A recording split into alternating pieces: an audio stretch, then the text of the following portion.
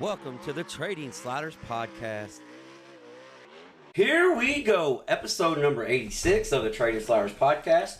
How's everybody doing out there? I'm Bobby Puckett. Here in studio with me is Kurt the Flash Bennett. What's going on, Flash? Not much, Bobby. Just trying to figure out if we remember how to do this. Yes. It's been a couple weeks. Yeah, it's been a few weeks. Like, hell, I'm so used to having everything ready to go. I am really behind on this week's episode. So if you guys get this, it was very fortunate. Yeah. But this week's guest is coming in hot. Yeah. Racing Richie Alexander, member of NASCAR Craftsman Gold Wrench Award. Yeah. For the NASCAR series. He's worked on Frank Kimmel's ARCA team. He was the head tire tech guy there. He's been around the racing world. Currently, I guess he's labeled as crew chief / tire chief. Yeah. I don't know. We're gonna get into all that with him. Tire specialist. Yeah, tire specialist. Most sought after tire guy in the Midwest. Let's just put it that way. Yep. If your tires need to be shrunk, or he's got some kind of magic. He Yeah. can make the tires grow, make them shrink. But a good friend of mine, as I grew up, we call him my Richie buddy. Yeah. But Richie Alexander, this week's guest, fun trip down memory lane there. Back from vacation, so if we sound a little discombobulated a little bit, well, it was another night of on the road last night at the races. Yep. Been back home for 2 days or 3 days now, and they were spent on the road. That's kind of what we do. So this week's show being brought to you by Diesel Boys LLC. If you're in the Kentuckyana area and you need any type diesel work done for your truck, doesn't matter what it is right now. I know it's getting hotter out. They can detune. Is that what do you do on a diesel? Do you detune them? I guess. I don't know. Well, you change the fuel mixture. Yeah. I don't know the technical word to that, but they can change the fuel mixture to help with fuel mileage. Right. Yeah. So let's say it that way. I don't know if the knob goes up or down. Yeah. That's not my expertise. But reach out to Diesel Boys LLC. Our deep dive is being brought to you by Kentucky Clutch and Performance. If you need any clutch for any type of automotive application, wait about 2 weeks. Because I got back, I had a pile of shit there. Yeah. so just wait a few weeks, okay? But no, seriously, if you need any type of clutch work done, reach out to Kentucky Clutch and Performance. Our slider of the week being brought to you by Walt at Speed Decals. Got to see Walt at the racetrack last night. Yeah, seen him last night too. Yeah, it was a sponsor spotlight last night. Yeah. There at Thunder Mountain Speedway. But if you need any vinyl work done, reach out to Walt. His printer went down last week, and he just got it back up. So he's a little behind, but he, with the price tag they put on fixing that, trust me, he's ready to do your work. Yeah. So reach out to Walt, he'll get you taken care of. Our crash of the week being brought to you by D.O. Handyman Remodeling. David's now finally hobbling around a little bit. Oh yeah. Yeah. He's hobbling around after a successful surgery. But if you need anything done around the house, any type of small handyman remodeling stuff, reach out to David at 812-989-5002. And our racetrack spotlight being brought to you by JT's Trackside Catering. Seen Jeremy Thomas and his wife at the racetrack last night. Catered the event for us. Yeah, it was nice. Brought me some birthday cookies. Yeah. So that was awful nice of them. I couldn't eat a whole lot yesterday, but I've got plenty here at the house. That's for sure. Today is going to be, my appetite is back. Let's just say that. But yeah, if you need any type of catering done for any event, no event too big or too small, it can be a graduation party for 5 or a World of Outlaw pit release party for 200. He can get you taken care of. Yep. So reach out to Jeremy Thomas at JT's Trackside Catering. Our question of the week being brought to you by Bandit Race Cars. Bandit Race Cars had a pretty good showing this weekend. Yeah. Bandit Race Cars, if you need any shock work done, Brian Barber is a Fox Shock representative. Hey, Yeah. look at that. Yeah. You got that one. I practiced that one on the boat. Yeah. But reach out to Brian Barber and he'll get you taken care of. Our Pound the Cushion segment, which will be back this week. Actually, we were going to have a Pound the Cushion segment while we was gone. But, Yeah. Let's just say we didn't. Yeah. But it's going to be back this week, and it's being brought to you by RacingNerd.com. So if you want to catch up anything on the new Heartland Super Late Model Tour, which we'll talk about it this week. I'll go ahead and give you a little update. Trenton Berry will be on this week's Pound the Cushion. And he had a few big names show up to his very first event by the names of Terry Phillips and Billy Moyer Sr. Yeah. So that's pretty good right out of the gate. Yeah. Yeah, that's a pretty good inauguration there. Yeah. So we're going to get into that. Then our past guest segment being brought to you by HCC Lawn Care. If you need any yard work done and you're in the Louisville area, reach out to Ben Harmon in HCC Lawn Care. He can get you taken care of. Just like he got me taken care of the last 2 weeks while I was gone. Yeah. So, I'm assuming he cut it for 2 weeks. I don't know. It was cut when I got home. So. Yeah. Looks good. Yeah. And not only that, for everybody that's wondering, the Brooks Speedway is back up and running. Track prep's done. And when I got here last night, I looked back and I said, "Hey, somebody's been running on the track." Yeah. Track prep has been exceeded. There is a cushion. Yeah. So, needless to say, the boys have been working. Yeah. But so, news of the week this week. Mother Nature played havoc this weekend, but some races did get in. So we'll get into that. Our weekend race trip for the Trading Sliders crew made our way down to Thunder Mountain Speedway and had a highly successful event there. Massive crowd. Yeah. Crazy crowd there. Yeah. I was happy about that. Yeah, it was a good trip down there. And speaking of that, a regional mod series that's kind of tough if you sit back and think about it. Well, we're going to talk about that. Past guests had a huge weekend this weekend. I mean, like a really big weekend. Yeah. This past guest segment, we almost need somebody in charge of just that. Yeah. Trying to keep up with what everybody's done. What episode? 86. So I've got to go back and look through 86. I'm going to say people, but 86 race teams, 86 posts, and try to keep up with everybody. It's a little tough sometimes. But so we got past guest segment. A racetrack gets another chance at life. So we're going to discuss that a little bit. Yeah, that's a good thing, I guess. And two of the greatest race car drivers ever come out of the Midwest. Guess what?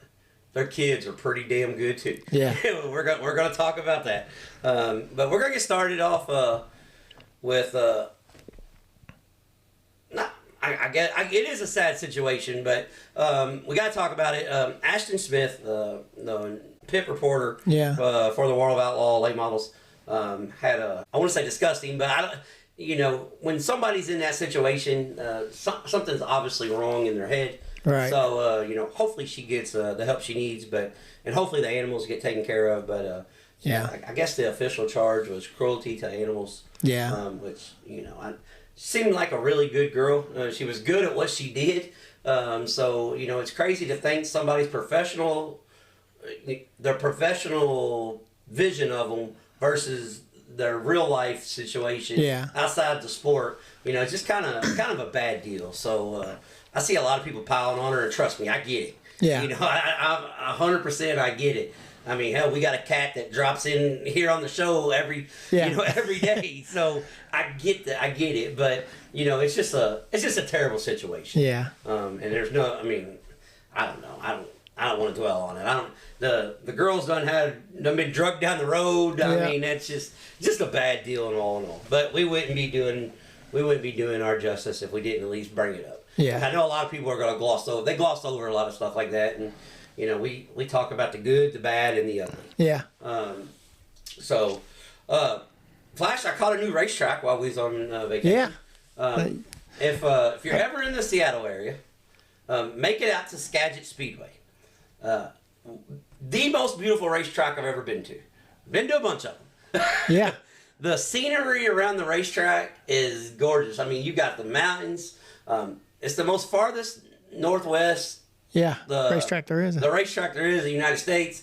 I think it's like 17 miles south of the Canadian border. Yeah. I mean, it's pretty close. It's pretty close. But we went out there and checked it out. Beautiful facility.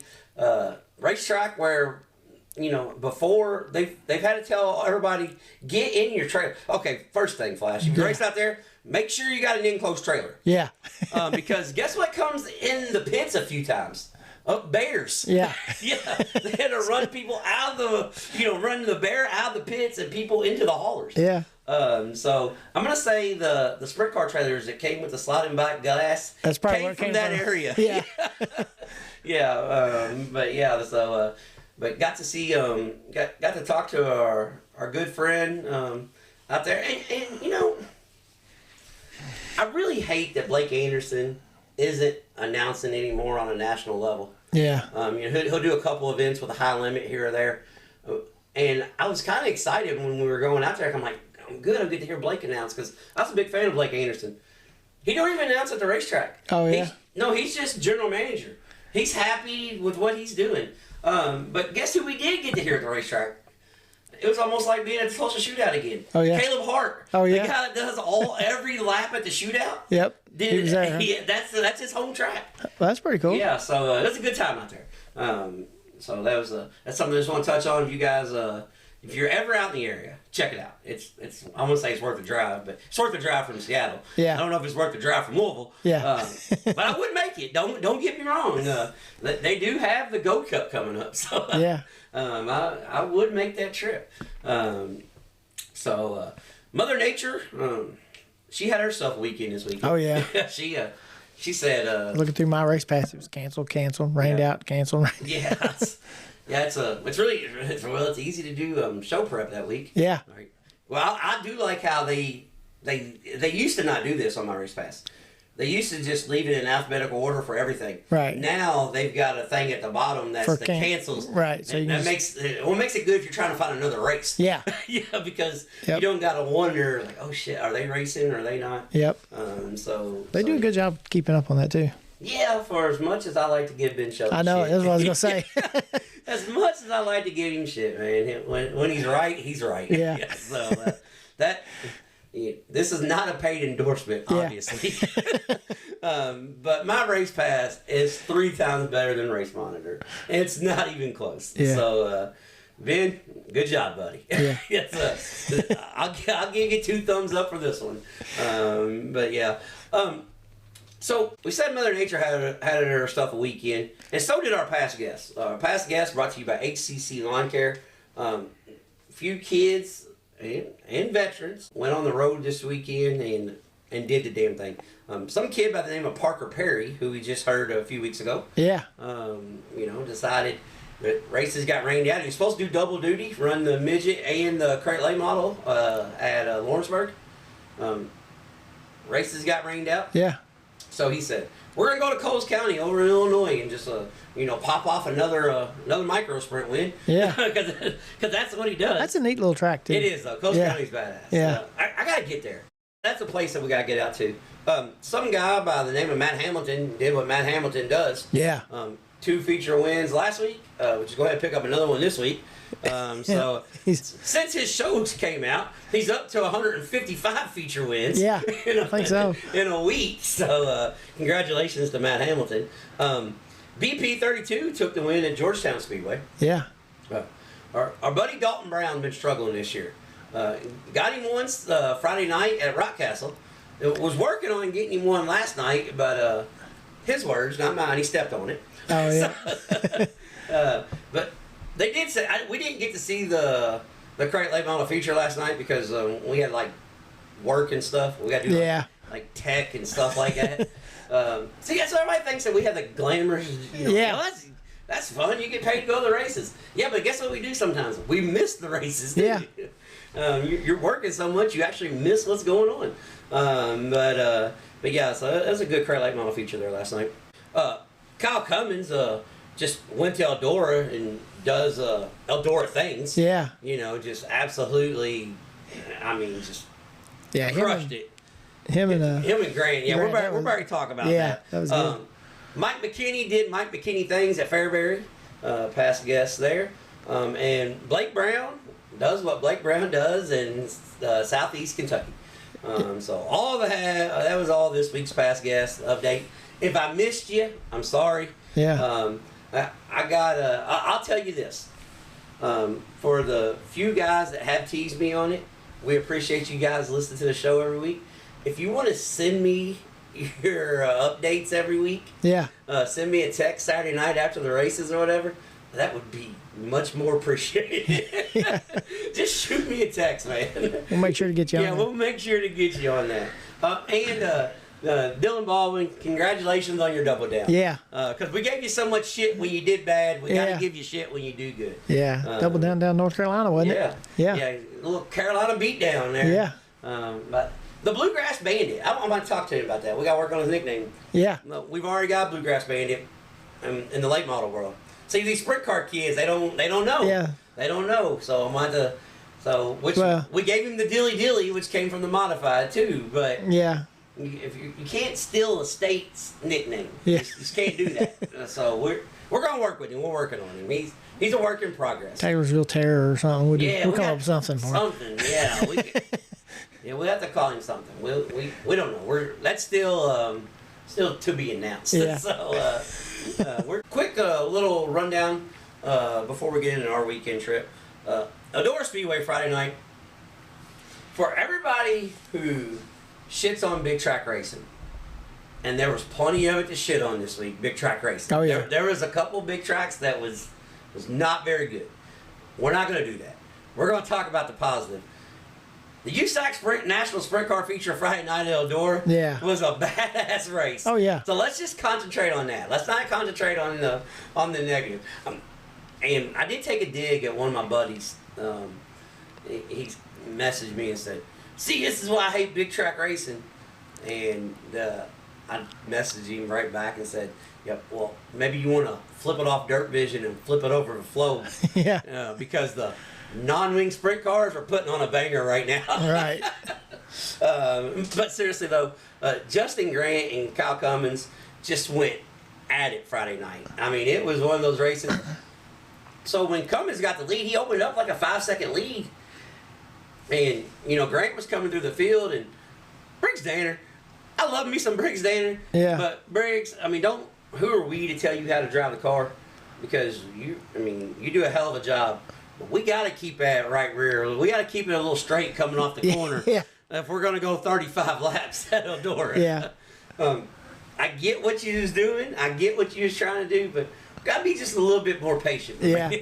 But he was giving it all of his work, pedaling hard. But when the caution come out, red flag come out there at the end, there was, I think, 5 laps to go in the feature. And when the cars were flipping, they actually hit Cummins, the top of his visor, and it was all pushed down. And, Kyle being all animated, he can't really see, and he opened the door up, and Grant took it. And this is what I really like about the USAC guys. Occasionally, you do get, it happens everywhere. Everybody bitches. Oh, yeah. But these two guys are running 140 mile an hour. Yeah. No most wings. dangerous car in the world. Yeah, the thing that's trying to kill you. Yeah. They're throwing sliders on each other. They're bouncing off the wall. And when the race is over, Cummins gets out and goes, "Man, that's the way it's got to be. It's the last lap at Eldora, man. I'm going for the win." Right. Then they interview Justin Grant, who had all the right in the world to be like, "What a prick." Yeah. And he goes, "Man, Kyle wanted to win that one bad. Yeah. I can't say nothing in the end. I ran over people for wins." I'm like, sprint car drivers are just wired different. Yeah. If that was a late model guy, they'd be in there trying to punch the guy in victory lane. Yeah. Or run into him in the race car in the pits. Yeah. Like something. Yeah. But I'm like, man, these sprint car dudes are just wired different. Yeah. They're laughing and like pointing at each other, and like I could see the hand gestures. I could tell Grant was a little bit aggravated with him. Yeah. But he's been there and done that, so he knows. Because Grant was like, he really wanted to win it, and then Kyle was like, double down on it. That's the last lap at Eldora, baby. Yeah. Like, hell yeah, I wanted to win it. Fun fact, did you know that Kyle Cummins never won a sprint car race at Eldora? Oh, he That had? was his very first one. Huh. That's pretty well. That's crazy. Yeah. Like, I would have not had that on my bingo card. Yeah, I would have missed that. But yeah, that was a really good show there. And 2 shows that happened during the week. We're not really going to talk about the shows. We're just going to talk about the outcomes. Flash, Bob Pierce and Don O'Neill were trendsetters in the 80s and 90s. Oh, yeah. Bob Pierce was the first real outlaw schedule where he just, I'll have a Tampa race here, I'll run a Summer Nationals race. He bounced around, show up at a Northern All-Star race. Yeah. And then Don O'Neill was the last, you come to my backyard, I'm kicking your ass kind of guy. Yeah. There really hasn't, the closest thing I can think of that right now that was on a regional level was Josh Rice at Florence. Yeah. Because Don O'Neill at Brownstown, Bloomquist, I don't care, come on in and get you some. Yeah. But people are going to get mad at me. Their sons are better, aren't they? Yeah, I think they might be. Yeah. I think their kids might actually be better than the dads. Yeah. At this point in their career, right. over their dad's whole career. I'm not saying are going to be better. Yeah. I'm saying are better at right now than their dads ever were. Right. That's those two guys. Every year, it's like, who's the best late model driver? Bobby Pierce, Jonathan Davenport. Bobby Pierce, Hudson O'Neill. Yeah. Bobby Pierce, RTJ. And I had this conversation with a guy in the press box last night, and made me think of this, because he listens to the show, and he called me out when I got up to the press box. He said, "Man, I love your show, love you guys' show." I said, "Thanks." He goes, "But I'm telling you, Bobby Pierce isn't the best." I said, "Okay, who is?" He goes, "Well, I mean, you can throw your name in for Huddy." I said, "Okay, well, who was the best last year?" "Well, it had to be between Bobby Pierce and RTJ." I said, "Well, who's the best this year?" He goes, "Well, it's got to be between Bobby Pierce and Huddy." I said, "Who was the best 3 years ago?" He said, "Well, between Bobby and Jonathan Davenport." Yeah. I said, "Well, guess what? There's one common denominator. Yeah. That's Bobby Pierce." Yeah. So, he's probably the best. Yeah. I said, everybody else is just there for a year or two and falls off. Yeah. And he's like, "Well, you can't say Superman fell off." I said, "Well, no. You can't, but I'm just telling you, the results speak for itself right now." Consistently, I think it is, Bobby. I mean, it's myself. I mean, just. Yeah, but Bobby Pierce and Hudson O'Neill, man. I can see Bobby. He goes out one night and he's horrible, and then the next night he's gonna figure it out. He's gonna be right there. Yeah. The next night for sure. That's what those guys do. Well, that's one thing. I think it's maybe they try stuff on the prelim nights, just trying to figure something out if it's going to work or not. And if it don't work, they go back to what they know. Well, I don't know what day it was. Wednesday, Thursday, whenever they were at Georgetown, Delaware. Yeah. Bobby Pierce did not have the best race car. He didn't. He willed that. He had about a fourth place car that night, and he won. $20,000 on the line. He drove around the top and won the damn race. Yeah, that's what I said. There's a different level, and I mean sometimes you have to make up for it with driving. Yeah, I mean that's because all these guys have good cars. There's no junk on any series anymore. No, so I mean none. Yeah, so that's one of those things. We could go on and on. Every week we could talk about this, and some people might get tired of hearing it. Yeah. But I know when we go into a racetrack, and we're thankful for people that are listening to the show. They come straight up and say, "Hey, I got a gripe to pick with you. Yeah. I don't think Bobby Pierce is the greatest." I said, "Well, you just don't look at the name. Just don't look at the number on the side of the car.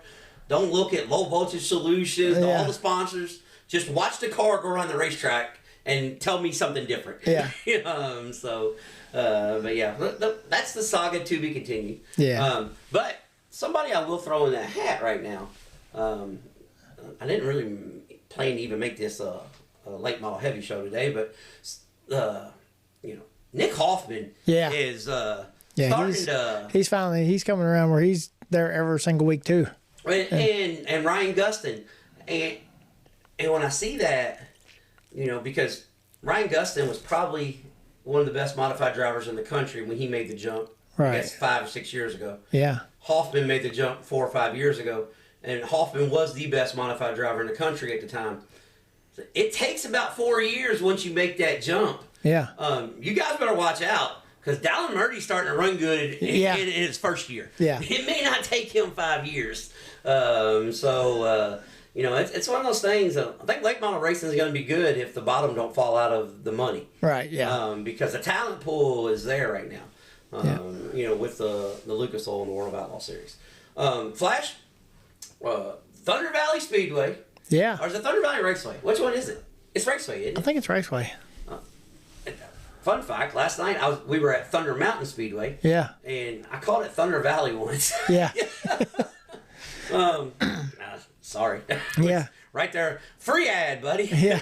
Right there, live on pay-per-view. But yeah, Thunder Mountain, I did it again. You did it the other way. Yeah. Thunder Valley Speedway, or Thunder Valley Raceway. It's Raceway. I'm pretty sure it's Raceway. Yeah.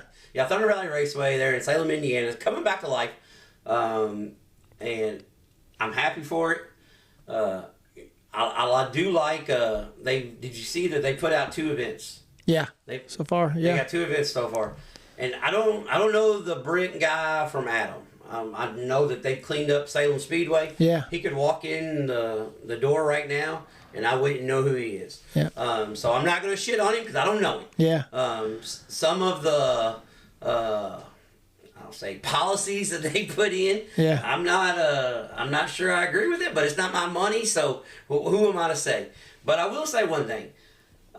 He put on the Thunder Valley deal that he's looking for someone to help. I don't know who he got to help, but they understand right out the gate whoever he got to help. Yeah. Because the All-Star TQ midgets, which was a staple on all the old UMRA TQ stuff, Pure Stocks, Hornets. Yeah. Crown Vics. They're at the first event, so they understand. And then late in October, they have the American Sprint Car Series Steel Block. Their 410 non-wing sprint cars are coming to Thunder Valley. 2 things. That is going to be awesome. Thing number 2, don't be hanging out by the catch pits. Yes. Do not be hanging out in the turns, just lollygagging around. And park out by the road. Don't park close to don't park close to the racetrack, because I promise you, Aiden Salisbury and Derek Crane, you are going to be in for a show. Yeah. If they still got any equipment left. Yeah. Because those two kids drive the absolute wheels off a car. So if there's any type of top side at all at Thunder Valley that night. Hopefully whoever does the track just make sure there's no tabletop. Yeah, go ahead and... Yep. Yeah, we're going to give you our input right now, because we was just at a place that had a tabletop last night. Yeah. Get rid of the tabletop, cup it all the way to the wall, and let you have a good shot. bygones be bygones. Yep. I promise you'll be happy with it. Yeah. So looking forward to Thunder Valley. Yeah, I think Misty, she used to help run. She might even ran it some for a year or so. Okay, so I didn't know who had I think she's going to be the new promoter, so she's pretty familiar with it. So that's a good thing. Because she's got the contacts too of the series and stuff. And I think when she was running, they didn't have as much backing as what they got now. So I think they're going to be good. Maybe I'm glad to see it going. I don't know what happened with the other deal, so I'm not really going to say.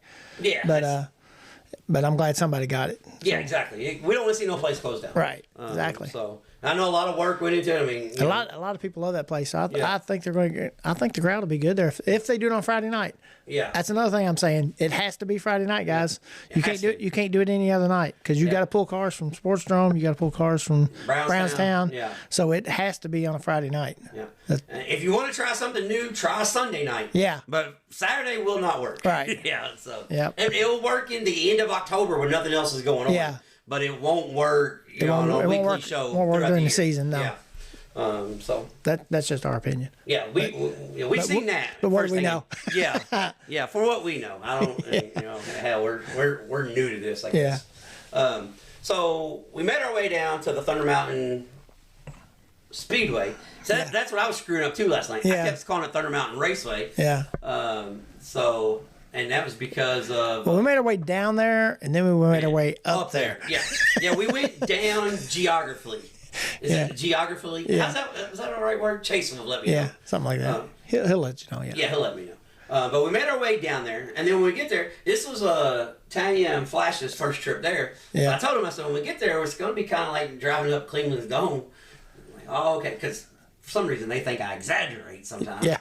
And then when we head up the hill, they're like, oh, it's not too bad. And then we got to make another left-hand turn and then go straight up. Then you go up the hill. Up the hill, yeah. Yeah, we had it up the hill, but then we had to go up the hill. But once you get up there, it's beautiful. Oh, man, yeah. It's a really beautiful racetrack. At the top of the mountain, I guess it's the Appalachian Mountains or the Smoky Mountains. I don't know. I think the Appalachians to the left. Yeah. And like if you're looking at the front stretch, if you're sitting on the front stretch, you look off to your left, I think that's the Appalachian Mountains. And if you just look straight, I think that's the Smokies. Yeah. Over the hills. So it's a neat place though. Yeah, now I'll be honest. I was pretty critical of this place when they first built it. I think it's 4 or 5 years ago now. Yeah. This is my third time being there, and the first 2 times I went because it was a new racetrack I wanted to support, and it was out of there. Some of the things were out of their making. Like one night we were there, they got the track all worked up and they were rolling it in, and they busted a hydraulic hose on. They had a packer. Yeah. On the back of the tractor. So they busted a hydraulic hose. So they had to fix the hydraulic hose. And then we had 4 gallons of oil on the racetrack. So they had to turn it back over. Yeah. Start over again. So, I'll be honest, I wasn't really excited going there. Yeah. But the facility is awesome. And they've made more improvements since I've been there the last time. But the facility there was never a question on the facility. Yeah. It was just, I was just like, I didn't have 2 good experiences there. And so I really wasn't looking forward to going there. We walked in, I knew right off the bat when we walked down and looked at the racetrack, I said, we're going to be okay tonight, Flash. Yeah. They've changed the banking of the racetrack, and they've got a wall, because there used to not be a wall in 1 and 2. Right. You didn't know if you turned in the infield or you ran up there where you were standing in the tech line. Right. Like, it was just wide open. Now the wall in 3 and 4, it's still got a little bit of a tabletop in the middle of 3 or 4. If they could get that race like 1 and 2, yeah, they were on to something. But this, I'm telling you, Thunder Mountain Raceway last night, or Thunder Mountain Speedway. Yeah. It was on point. Yeah, it was. It absolutely produced. And everybody there at the racetrack was super friendly, easy to work with. Stands were packed. Yeah, the stand, and it's got seating and around. It's got like Dixie Speedway seating on the front stretch where you can bring your chair in. You got the concrete stuff. It's got pit bleachers in the turns where you can actually see the racetrack. Yeah. So for the guys in the pits, they can actually see what's going on. And in 3 and 4, it's actually got like wall seating like Eldora almost. And then where you you got take your chairs up there, yeah. Terrace parking on the backstretch. On the backstretch, yeah. Yeah, it's a... The racetrack's down in the hole. It's a cool place. Yeah, it's a really neat facility, and one thing I like, they do a bunch of stuff for the kids. Yeah. They got a game room there, so for the kids like me that grew up at Livermore Speedway, Jeremy Thomas told me last night, he goes, only thing they was missing in the game room was Ivan the Iron Man Stewart off-road. Yeah, off-road. Yeah, I said, shit, I would put $2 extra in and got every single nitro. Yeah. Well, they got behind the grandstands, they've got a little pavilion thing type built back there where they actually play live music before the races. Yeah, every week. Every week. Yeah, every week. So and they got picnic tables out there. So if you get there early, you can watch live music every week. So. Yeah, it's an event. Yeah. It is an event. And they take kids from the school buses and ride around the track and through the pits. The pits and everything. That's cool. Yeah, it's a good deal. We had a good time down there. I'm really looking forward to going back. Yeah, we got done early too. I mean, last night. We were home by 1 o'clock. Yeah. With a 3-hour drive. Right. Yeah. So can't beat that. No. You can't Because I was expecting 4. Yeah. So I got 3 extra hours of sleep last night. Yeah, I give them kudos on that. They ran the show through good. One thing that I will say, the car count was down just a smidgen. So we had 16 cars. Yeah. The quantity was down, but the quality wasn't. No. It was a very stout field. Blake Brown was one of the top modified racers in the country. Trent Young, top modified racer in the country. Former, just put it in perspective. Blake Brown's won 3 Ironman Modified Southeast Touring Series titles. Trent Young has won 3 American Modified Series, the original Mars Series, the original UMP National Traveling Series. Yeah. Trent Young's, I think, a 2 or 3 time UMP, Midwest Regional National Champion. Ran top 3 in the national points overall. Yeah. Ben Harmon, up and coming superstar. Going into this event, leading 2 regional series, leading the points in 2 regional series, which is it's hard enough to compete in 1 series, but doing it in 2. Yeah. And then you had local guys there like Ben Petrie, and Hunter Breedland. Kirk Turner. Yeah, Kirk Turner out of Tennessee. He's been really, really stout. He's in a new MB Customs deal. Yeah. And when the tracks get slick, he shines. But I mean, what's crazy about our series is you never know who's going to show up. Yeah. Because yesterday we're rolling at the racetrack and the car pulls in the pits, and I say, Flash, I think that's the guy that flipped at Alabama. Yeah. He just made the 9-hour drive from Hattiesburg, Mississippi. Yeah. Hunter Breedland's like, hey, hey guys, hey, what's up? I'm like, so you never know who's going to show up. He did set fast time too. Yeah, he did. Yeah. And then he went right around on the second lap. He made good on it on the first lap, though. Yeah. So what's funny is, we got the Diamond Auto Collision Quick Time Award. Right. So we go down and we take the picture. And I guess Matt does that. Yeah. Okay, because like I said, I always see the pictures, but I don't know where they come from. Yeah. But we go down and take the picture, and Matt gives him the award and the money. He goes, I'll give you this money back if you let me keep this check. Yeah. We like hanging the checks up in the garage. Yeah. That was funny though. He was excited about keeping the check. Yeah. But yeah, so we had a good turnout. Not a great turnout like we want, but as far as the competition, the race was phenomenal. Yeah. You could not ask for a better feature, honestly. Started off in the heat race. I knew we were going to be good. When Blake Brown qualified 8th, yeah, I said we're going to be good. The track's going to be fun tonight because we're going to have cars moving and shaking the whole night. Peyton Harlow led 7 3/4 laps in the heat race. Yeah. And ended up having to start third in the feature. Yeah. And not on the pole because Blake Brown got him on the last lap. But Blake told me before the race, or before the feature, after the heat races, he said, man, I've never been here and this place has have a topside like this. Yeah. I said, well, that's great. He goes, no, I don't think so. Trent Young won the second heat. I don't want it to have a topside tonight. Yeah. Man, they had a slider fest too. The first of that feature, it was good. Yeah, it was really good. It was and I heard, like I said, that the crate lane model race was really good too. I heard they were 3 wide for the lead with 3 to go. Oh yeah. Dalton Brown was leading with 3 to go and ran 4th. Man. Yeah. So Caleb Todd took the win over Tommy Bailey, Logan Walls, and Dalton Brown ended up 4th. Man. And he had to lead with 3 to go. Yeah. So that's a pretty damn good race. Yeah. Another name to pay attention to, Caleb Todd. Yeah. The son of Tyrell Todd. He's a hell of a little race car driver to be a young kid. But had a good time down there. The cool part about last night though was, we had all 3 of those guys, the top 3, come up after the race to check their cars.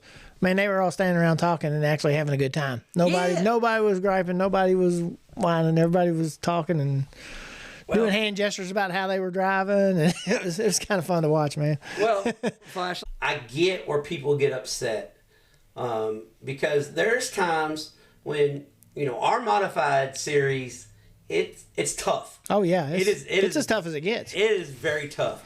We got 6 or 7 guys that can win anywhere in the country that has won.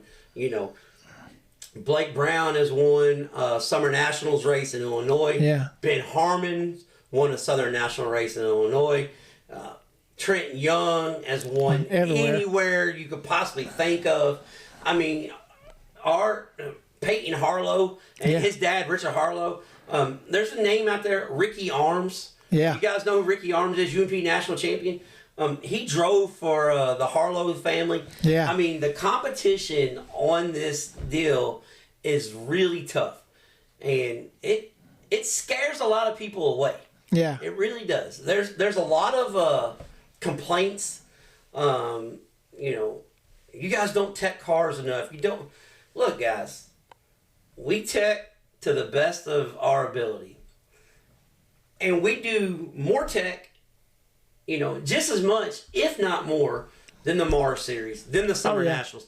We've been to those events. We've gone through those tech things. We've done this thing. I build race cars. I put bodies on cars. Yeah. So it's not like we don't know what we're looking at. Yeah. There's only so much you can do with the resources you have. Well, and then the cars. Everybody's got the same shit. The cars, there's not much to tech on them anymore because you can pretty much run all the good stuff. Okay, listen, I'm gonna explain to you guys. There's basically 5 things that you can tech at the racetrack without getting crazy. You can tech to see if it's got aluminum block. Yeah. You can check the rear end, make sure they're not running a Gleason, which is really simple to do. You can check for the spring bar to make sure it don't have a loaded arm, and you can check to make sure there's no bump springs, and it's all bump stops, all rubbers. You can check tires. Yep. What the hell else you gonna do? That's about it. Yeah. Yeah. You check weight. You check deck height. I mean, you know, we're not tearing engines down at the racetrack because there's no engine rule. Right. Yeah. I mean, you don't have to worry about that. But yeah, some people, you know, with our series, I can see where a local budget racer does it. Racing's different. Yeah. It's different now. Like when we raced, we were budget racers, so we knew when we went to certain places, there's a chance we're going to get our ass kicked tonight. Oh yeah. But we had that desire, like I'm going to beat his ass at his home track. Yeah. We don't have that no more. No. The locals don't come out and race when the touring series come to town. I don't get that. Yeah, I don't either. Hats off to Ben Petrie. He qualified bad. He had a rough night, and guess what he did? He drove from 9th to 5th last night with a stacked field of race cars. Oh yeah. You know, does he get out and travel? No. He's a guy that has good enough equipment and that is a good enough driver that I think would benefit from our tour. Yeah. But at least when we come to Lake Cumberland and Thunder Mountain, he does compete against the guys, you know, the travelers. Right, yeah. He does try to defend his home turf. I think that's the only way you get better anyway. Yeah. You got to race against the guys that are good. Yeah, and Peyton Harlow told me this last time we walked around the racetrack. He goes, God, it's a stacked field tonight. I said, yeah. I said, you'll be fine. Oh, I know. He goes, you come to these races, you don't know if you're going to run 1st or 10th. I said, well, that's a good thing. Yeah. Yeah, we don't want to show up just knowing somebody's going to win. We don't want somebody to run off every week. Yeah. And I think something that, you know, Ben Harmon said on the front stretch last night that kind of shows his wisdom for such a young age. He said, you know, just be standing on the front stretch with Blake Brown and Trent Young, I'll take this as a win. Because I wasn't too far from them. I was on the same straightaway racing with those guys. Yeah. And I know how good they are. And I think more kids need to kind of take that initiative and say, you know what? Sometimes I just get my ass kicked. Yeah. And you're supposed to. Yeah. That's what racing 25 years versus 5 years looks like. Right. It looks like an ass kicking occasionally. But well, it's like been there 3 times. Yeah. And Blake's probably been there 25. Yeah. So I mean, it's.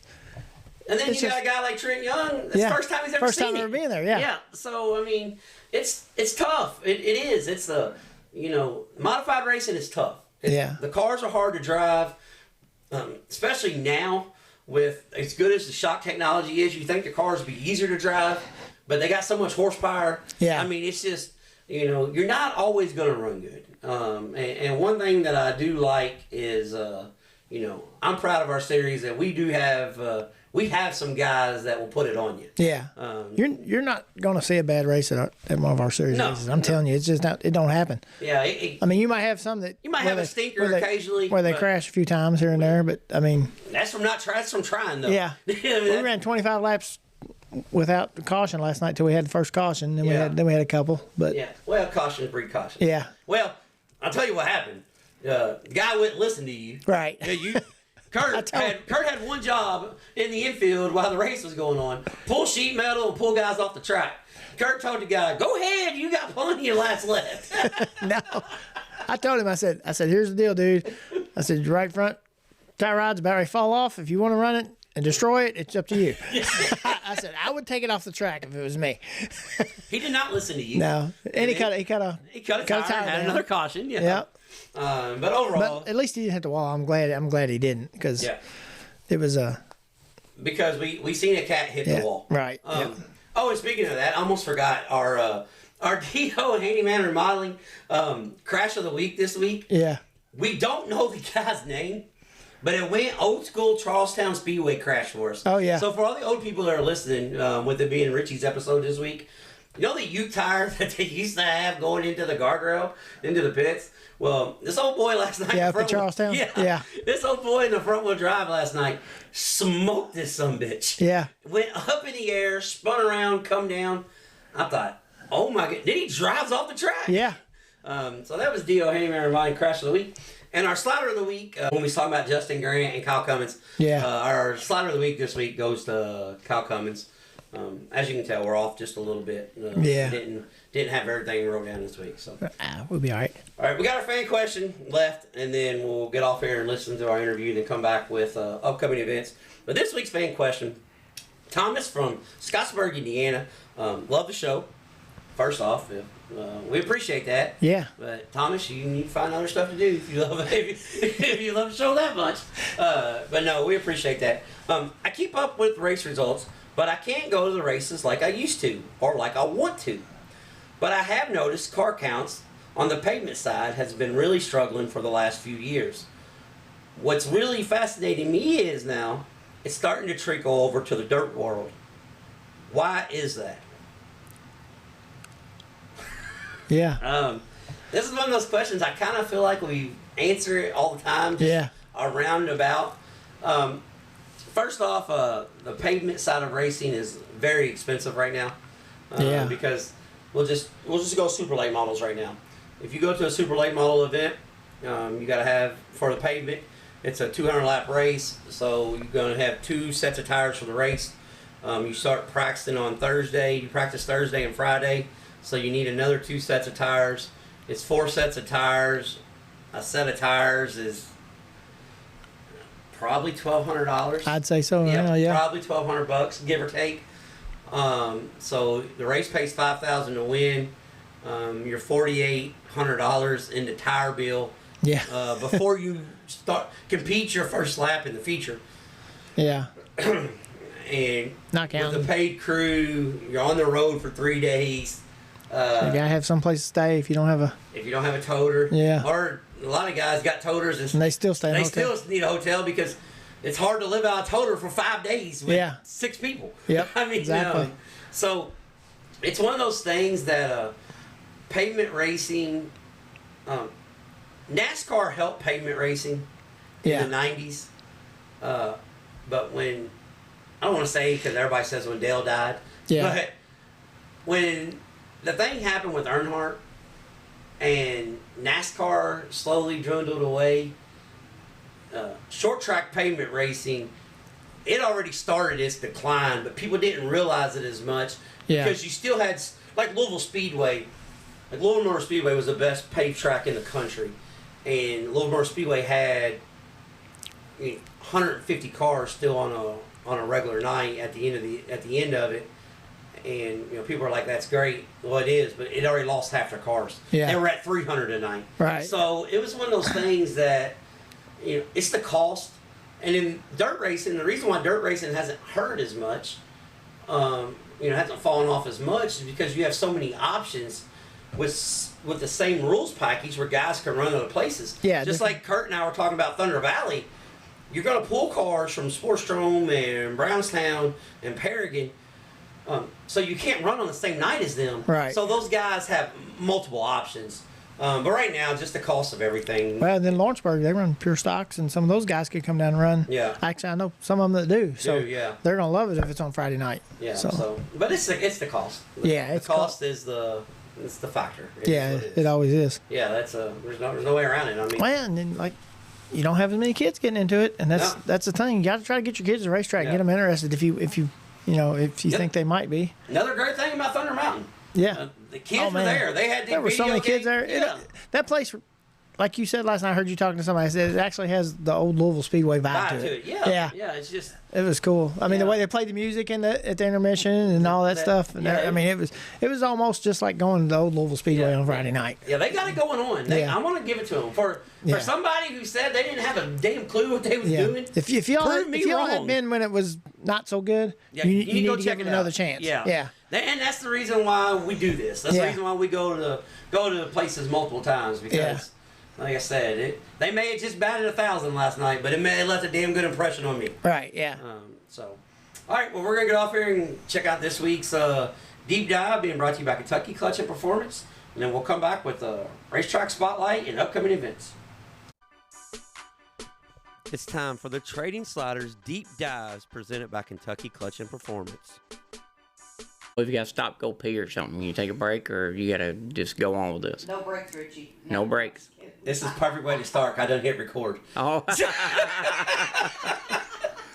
So here we go on this week's Train Insiders Deep Dive. As you guys just heard in the opening, if he's got to take a piss, we're going to stop in the middle of it. But my Richie buddy, Racing Richie Alexander, first person I've had on, has got like 5 nicknames. Damn, I should have been more prepared on this. But Richie Alexander, commonly known in the pavement world as the tire expertise. When you set out in this racing journey as a kid, did you ever think you was going to be known as the tire master? I never thought that way. I was just wanting to go to the racetrack, have fun, and win some races at that time. And still doing the same thing. Just got in from a late night trip. Yeah, just got back from Pensacola late yesterday, and just got a call from you this morning. Come down here. I'm thinking about going home to the Drome today. So hey, the Jeffersonville Sports Drome see, it's fitting for you. Yeah. I gave you got like 5 nicknames. They've got 5 hometowns. The Jeffersonville Sports Drome Speedway, that's in Clarksville, right? But closer to New Albany. Yeah. So yeah. I don't really know how that one works. Well, they call it the sunny side of Louisville. Not Yeah, and Richie for many years said there's 2 things great about the state of Indiana: Charlie Glossbach and I-65 South. Yeah. So we'll start there. As a kid, see, this is going to be hard for me because I already know all the stories. So I might start laughing before, or after, or during, or I may just jump to the next one and then we might have to do a part 2. So, yeah. As a kid, you went to Charlestown, you went to Sports Drome, you went to Fairgrounds, and so your backstory is your dad was a avid basketball and race fan, and you and your brother got drugged to basketball games and racetracks, like it or not. Actually, my mother was big in her. She really liked the racing at the fairgrounds, and she loved Richie Bissick, and that's where they actually named me after Richie Bissick. So he's got figure 8 to the blood. He tries to get rid of it. He just can't get rid of it. So my mom liked Richie Bissick, named me Richie, and I already had a brother named Ricky, so it just fit. Yeah. But so you guys got drugged to the racetrack, and then comes Rick Irwin, my dad, Brian Baum, Ray Biggers, and they all just kind of drag you to the racetrack with them. Like Yeah. Richie figured out at a young age, if you just show up, they're going to take you. Yeah. You don't got to get a ride to the track. You just got to get a ride to the garage. Well, there was one night I rode to Whitesville. It was like 40 degrees outside, and I rode in the race car on an open trailer. Yeah. But hey, I got to the track. So You got to go to Whitesville, huh? got to go to Whitesville. Yeah. That was pre-figure 8 days at Whitesville. Yeah. Yeah. I rode in the back of the truck to Whitesville a time or two myself. Yeah. I even had a cop one time. Rode on the back of a record of Charlestown one time. So when this has all come full circle to me, for me, because when I grew up, I tell people all the time, and it's kind of funny that I had 2 assholes kind of molded me my whole life. It was you and Eddie O'Daniel. So if I got a little cockiness into me, you could thank Eddie for that. If I got a little anger issue, you can thank Richie for that. Yeah. But you guys always, for me, you always made sure that let's go. You want to go? Let's go to the races. So I always looked at you as an older brother / second dad. I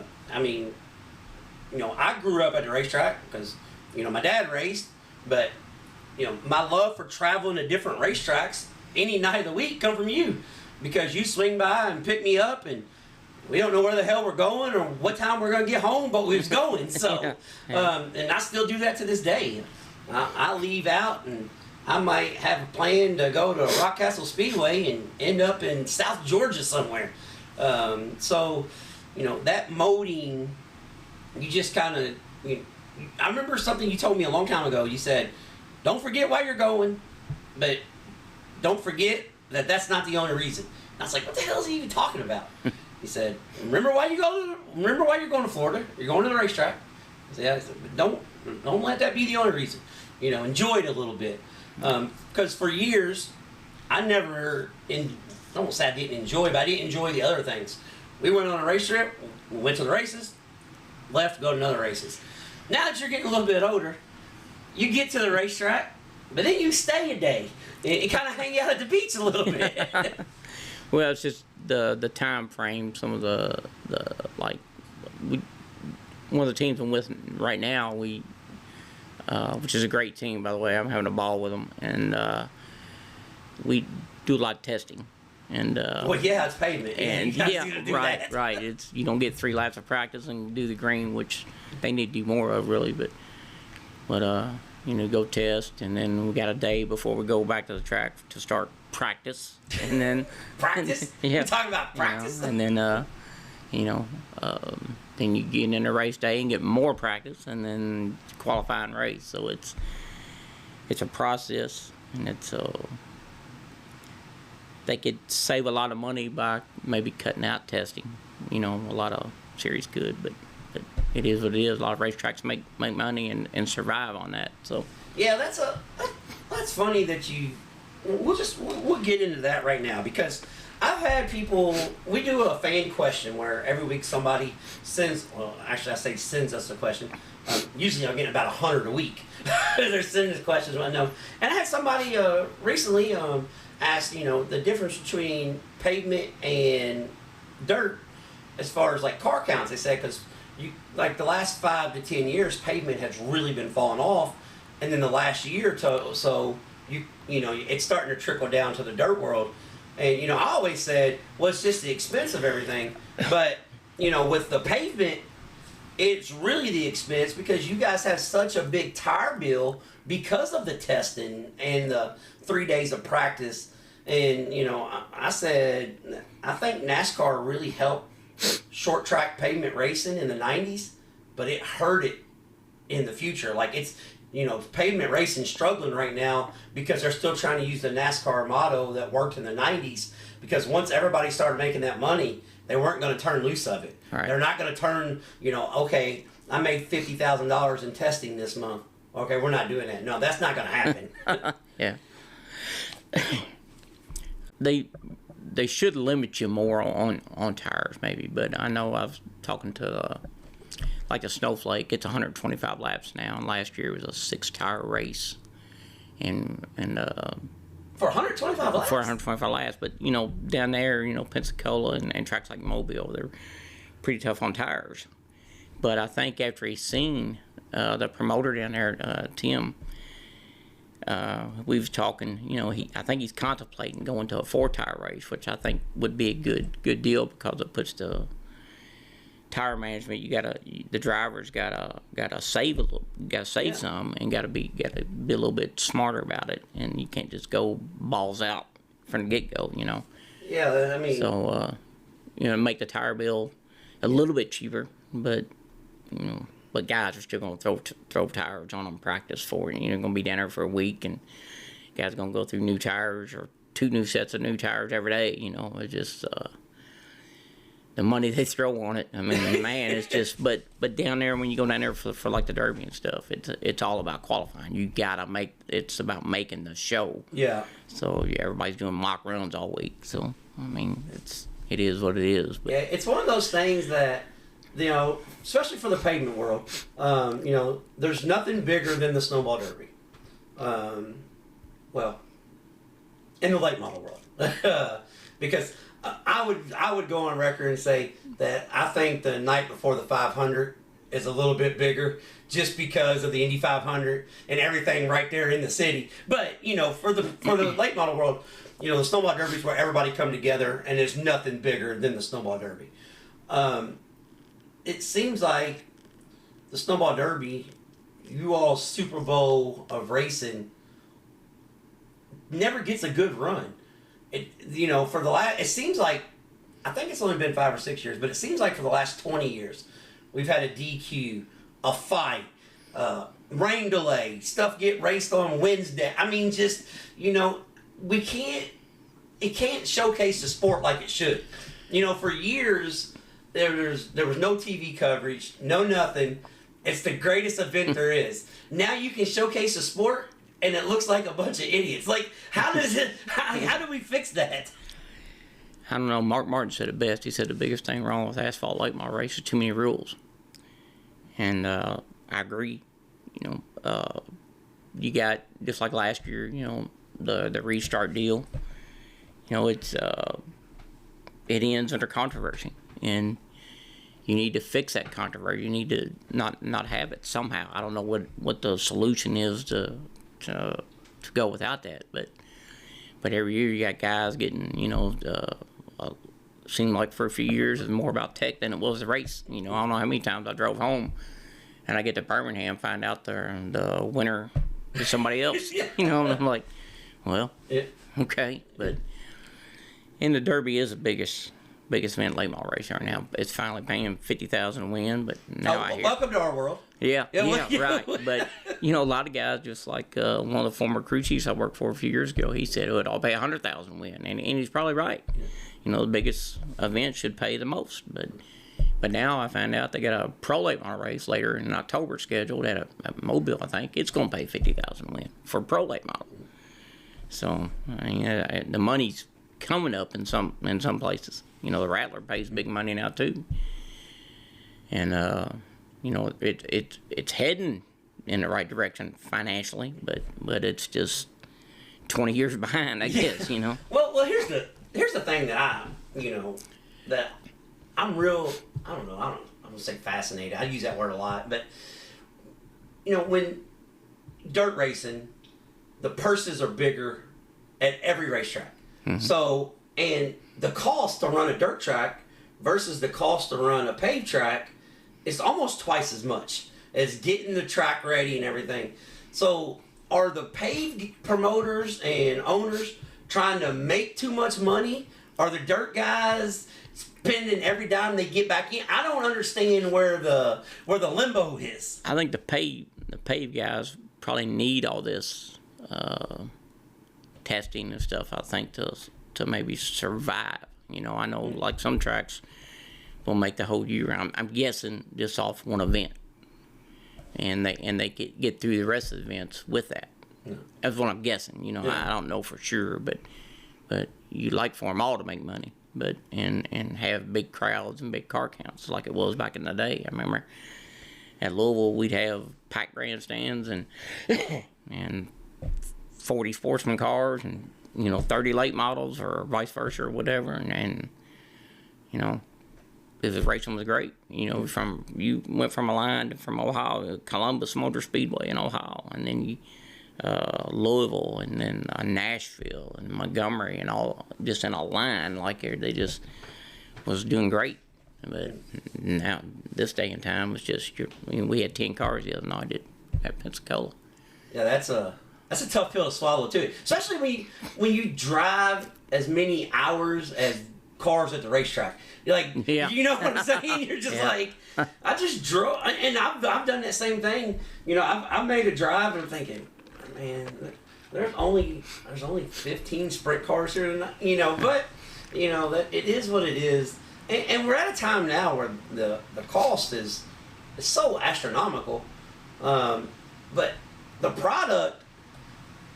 If you go back and look, I know me and you've had this discussion on car rides before. You would always say, I remember watching Jeff Purvis come from the tail. Yeah. And I'd say, yeah, you're right. But Jeff Purvis was racing against a bunch of guys that was in the B main. Bobby Pierce is racing against 10 Hall of Famers. Well, no. Yeah. You know, I'll give Purvis a little bit on that, because when I went down there, he raced against some good guys. He was beating Scott Bloomquist and Billy Moyer and some of those guys. So he raced against good guys that night. Yeah. So, I mean, it's. But what I'm saying is, like, you look back. And you were a big racing newspaper guy. I'm a big racing newspaper guy. And sometimes I'll just sit down, and usually it's when I'm doing my business. I flip the newspaper out, and I'll look at 1995 National Dirt Digest. And I'll look down, and, you know, it'd be Scott Bloomquist, winner at Atomic. Skip Hart, second. everybody else a lap down. Right. I'm like, you 50 laps now, everybody's on the same lead lap, and they're racing balls to the wall. There's no riding. So, you know, the product now is really good. I think the formats that some guys choose is what, you know, why it gets a bad rap. But the competition now, you know, it costs so much money. There's two type of racers now.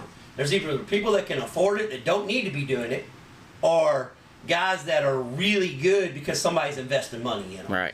And there's a lot more guys that are really good. So the product now is, you win now, it's tough. It's like, if you got 16 cars, you know, you got 2 cars that are junk, so you got 14 really good cars. Well, if you got 40 cars and, you know, 14 of them are good and 26 of them are junk, you still got the same 14 cars that you're watching regardless. Right. So let's talk about some of the racing stories. Because when I've told people, well, actually I've had people ask me, when you going to have Richie on? I said, well, we've already tried to do this like 5 times. Yeah. I said, but this is one, I want to hear some of the Richie stories, because they've already heard a bunch of them. So I'm gonna tell one story, and then I'll let him tell a couple. But so the very first Winchester 400 I was going to, Richie stopped by our house in Edgewood. Oh yeah, Richie's another Edgewood memory guy. Yeah, he come from the same neck of the woods. But me and my dad were working in the garage on a race car. Richie swings by and says, "Hey, you guys want to go to Winchester?" So we get in the S10. First off, Richie, a little bit bigger. My dad, a little bit bigger. My fat ass was not as, I was not bigger then, and it's a damn good thing, or we wouldn't have made it. But if you ever go on a road trip with Richie, and he says, "Hey, I know a way," and he gets off in Columbus, make sure it's a spring race. You do not want to go to the fall race when there's cornfields. So Richie gets off on Highway 3, and well, first off, let me back the story up. When Richie comes and picks us up, it's like 1:30. "Hey, y'all want to go to?" I'm like, "Sure, let's go." "When do they start?" 3 o'clock. I'm like, "You know, it's like 3 hours away, right?" Yeah. So, because he was, I think you were somewhere the night before with Kimmel. So, he picks us up. We don't really know we're going to racetrack, but we're hauling ass. And he misses a turn, and we go down in a cornfield. We had corn stalks coming up over the hood. He comes back up on the road. We go into oncoming traffic, and my dad said, "Pull this damn truck over." Richie's like, "I don't think everything's hurt." He's like, "No, but I want to drive." It's pretty hard to scare your dad, but I think I accomplished it that day. Yeah, I was like, "Jesus Christ, Richie, slow down. We got all kinds of time." We just went to Salem 2 weeks ago. Somebody's going to spin out. Steve Christman is going to spin out on the first lap, take the whole field out. Yeah. Don't worry about it. Yeah. So tell everybody about our Salem trip. You picked me up and said you're going to see the best pavement, because the all-pro race. The all-pro race, yeah. So here's the backstory to me. I grew up pavement racing, but Richie and my dad took me to Brownstown when I was really young. So I knew I liked dirt more than pavement from the get-go. So Richie was waving the pavement banner. You're going to like pavement. So he picks me up, and for 45-minute drive to Salem, he tells me exactly how good this race is going to be. So proceed to tell everybody how this... Well, it was the first year that All Pro come to Salem. And they had a first lap wreck on Conrad Burr, if I remember who it was. He spun, and I mean the whole field just piled up on the backstretch. I really can't remember who won the race though. I think it was one of the old ASA guys that won it. I think it was the Bell South car. Yeah, I think it was Steve Christman. No, I can't remember who drove it, but anyway, it just took most of the field out, so it really turned out not to be such a good race. It was 300 laps. Yeah, 300 laps, live pit stops, and there was like 9 cars. Yeah. Kind of like the race you went to last week. Yeah, right. Yeah, like the last time late model went to Salem, 9 cars. Yeah, it was one of those deals. I mean, it was we got there and it was one of those few races that we got to early. So we walked around, we talked to everybody. I think Garvey, everybody was there. I think Bobby Gill was even there. Oh, yeah. I was looking so forward to it, and I'm like, man. Yeah. But things happen, I guess. Yeah, well, he went down the corner and looped it. Richie was so bad. It took him an hour and a half because Salem still had the same 2 records. Yeah. They haven't progressed enough to get another set of records. We're going to have the same 2 Eddie Gilstrap, John Jones motor records that we've had since '95 here. And it don't matter if it's got a 35 car pileup or one front wheel drive with a broken axle. Nah. We're both going to pull out there. We're going to get the fire extinguishers out, and then we're going to load the one car up as slow as possible. That's just the way it works at Salem Speedway. And some things haven't changed. Owners have changed. Promoters have changed. Records have not. The exact same way. There are some tracks I've seen with tractors out there in a chain taking cars off. Oh. Yeah, but if you was at Bulls Gap or Tazewell, that's the only way to get the cars off. Right. Well, yeah, you're right. That might have been where I seen them. I think it was a Tazewell. Yeah, no, you're not getting a wrecker up that hill. No. You put the weight on the car, it rides the wheelie up out. Yeah, you had a point. Yeah. Dirt's growing on you, isn't it? In the last few years when I was living in Corbin, and, once the asphalt track shut down, there was where we lived at in Corbin, there was 15 dirt tracks within an hour and a half, 2 hours of us. So, if you want to go to a race, you're going to a dirt track or driving several hours to watch a few cars, guy I used to work for, we were going to Anderson with, CRA and getting up there, and he was racing for 100 laps for $2,500. Then he gets a dirt super stock, and they got 3 or 4 races a year within an hour of the house at paying $3,000 win. Do the math. Yeah, it only makes sense. You don't buy near as many tires, and you gotta work more on the tires, but you don't gotta buy near as many, and it just makes it's common sense, Well, here's the thing. You were a big sprint car fan. You were a Thunderhead. See, we all were. That's kids nowadays. They don't understand how good they got it. They just want to watch the USAC. I just turn on Flow. I want to watch World of Outlaws. I turn on Dirt Vision. We had one TV show a week, and then we got lucky, and then ASA came in, and TNN decided. The people in Nashville said, we don't doing country music no more. We're going to do racing. And they did everything racing. Yeah. But, we only had one TV show. And, we all look forward to it. It was Thunder, ESPN Thunder. And I remember, and you told me this one time, I can't remember. I think we went to Winchester for a midget race. No, I can't remember. I think it was Winchester. We went to Winchester for a midget race. Yeah, because it was right after Robbie Stanley got killed. Yeah. We went to the next USAC event race up there. And I said, Richie, they got this on TV tonight. He said, you never stay home and watch it on TV. You always go to the races. I'm like, all right, hell, we're going to the races. And then now I call you like, Richie, what are you doing? Well, I'm just going to stay home and watch this on TV tonight. Yeah. I'm like, no, hold on a second. You never stay home. I know, yeah.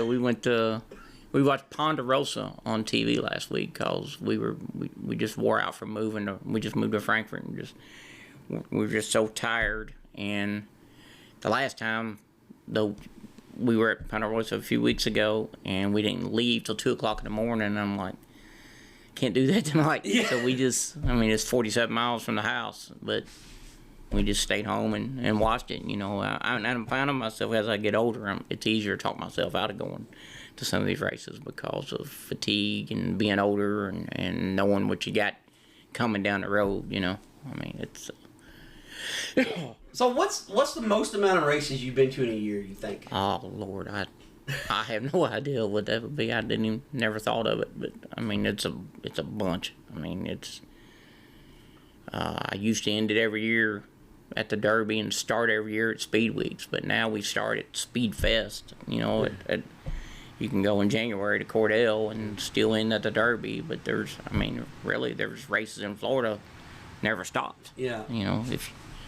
If you don't mind driving. Yeah. If you don't mind driving. That's what people ask Tanya all the time, saying, when's y'all's race season end? She said, what's race season? It's year round. Yeah. It never ends. That's what I was telling people this year. I'm thinking, hell, I've already been to the racetrack like 30-something nights this year. Yeah. And the season's just technically getting started. Right. Like, I'm going to get 100 if the weather stays good. Yeah, we've been to Pensacola twice, Montgomery once, and Nashville, I think 3 times, and been to Ponderosa, been to a few dirt tracks. I mean, it's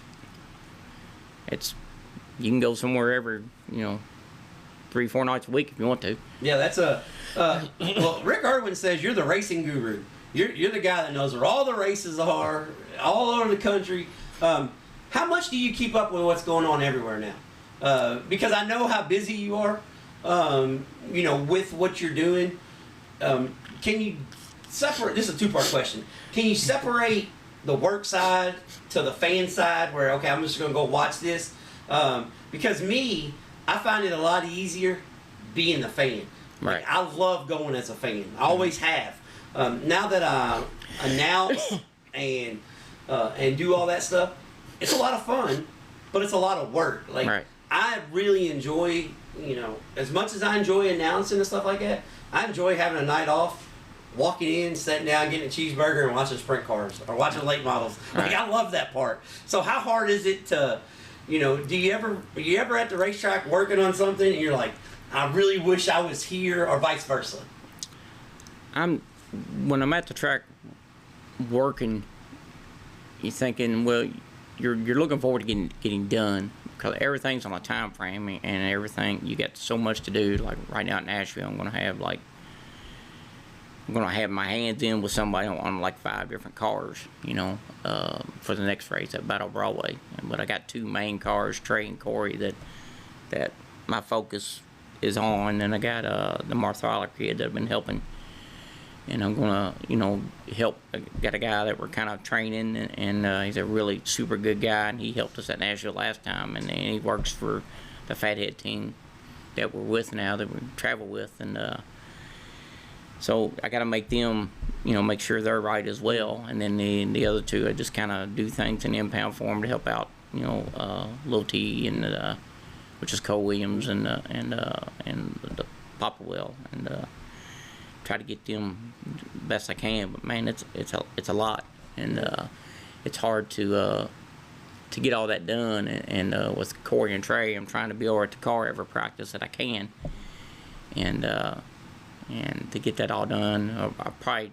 have taken too much on, honestly, but I'm trying to help out, especially all these guys from around home. I always try to look these guys from around my area, and then if I can help them do well, I wish right now my heart is broke for Brett Robson. He had such a hard crash a few weeks ago at Nashville, and him and his dad do a phenomenal job to do what they've done, and they've won, and they're fast, and then that wreck, and they basically lost a car, and they're trying to get back, and it just made me sick to see it, because they were running so good for 2 or 3-man team with the Robson family, and they're such great people. I hope they can get it back, but you can't really get into watching, like we was down there last time for the ARCA race, and I wanted to get up there and sit with a friend and watch the ARCA race, and we were able to do it, but once I got all my work done, we done missed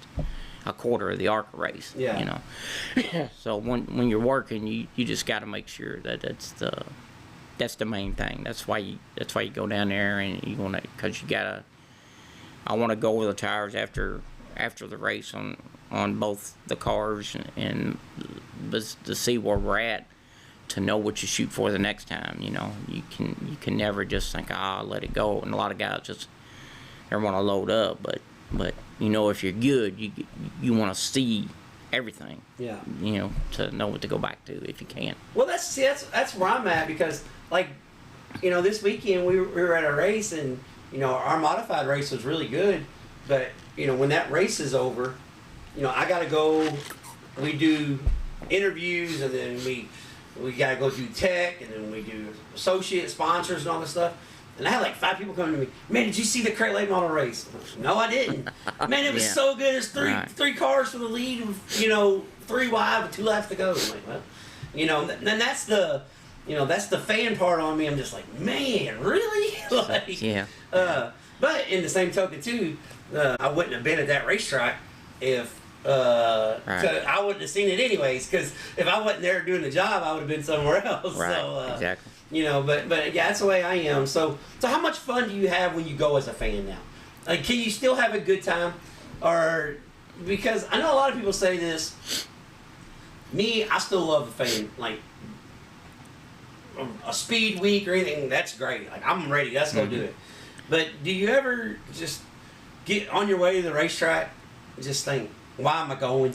Yeah, there's times to do. Honestly, I've been to speed weeks every year since '93, and we went down there. Me and Paula, my wife, take our camper down there, and we camp at the racetrack, and or sometimes at a state park there close for an Ormond Beach. But this past year we went to New Smyrna Speedway and camped, and I was going to try to go find a tire deal on practice day, but we drove all night to get there, and I've got a little health issue going on, and I just was tired, not feeling real well, so we just sat back in the camper, listened to practice, opened the windows up on the camper, and had some good nap time. Yeah.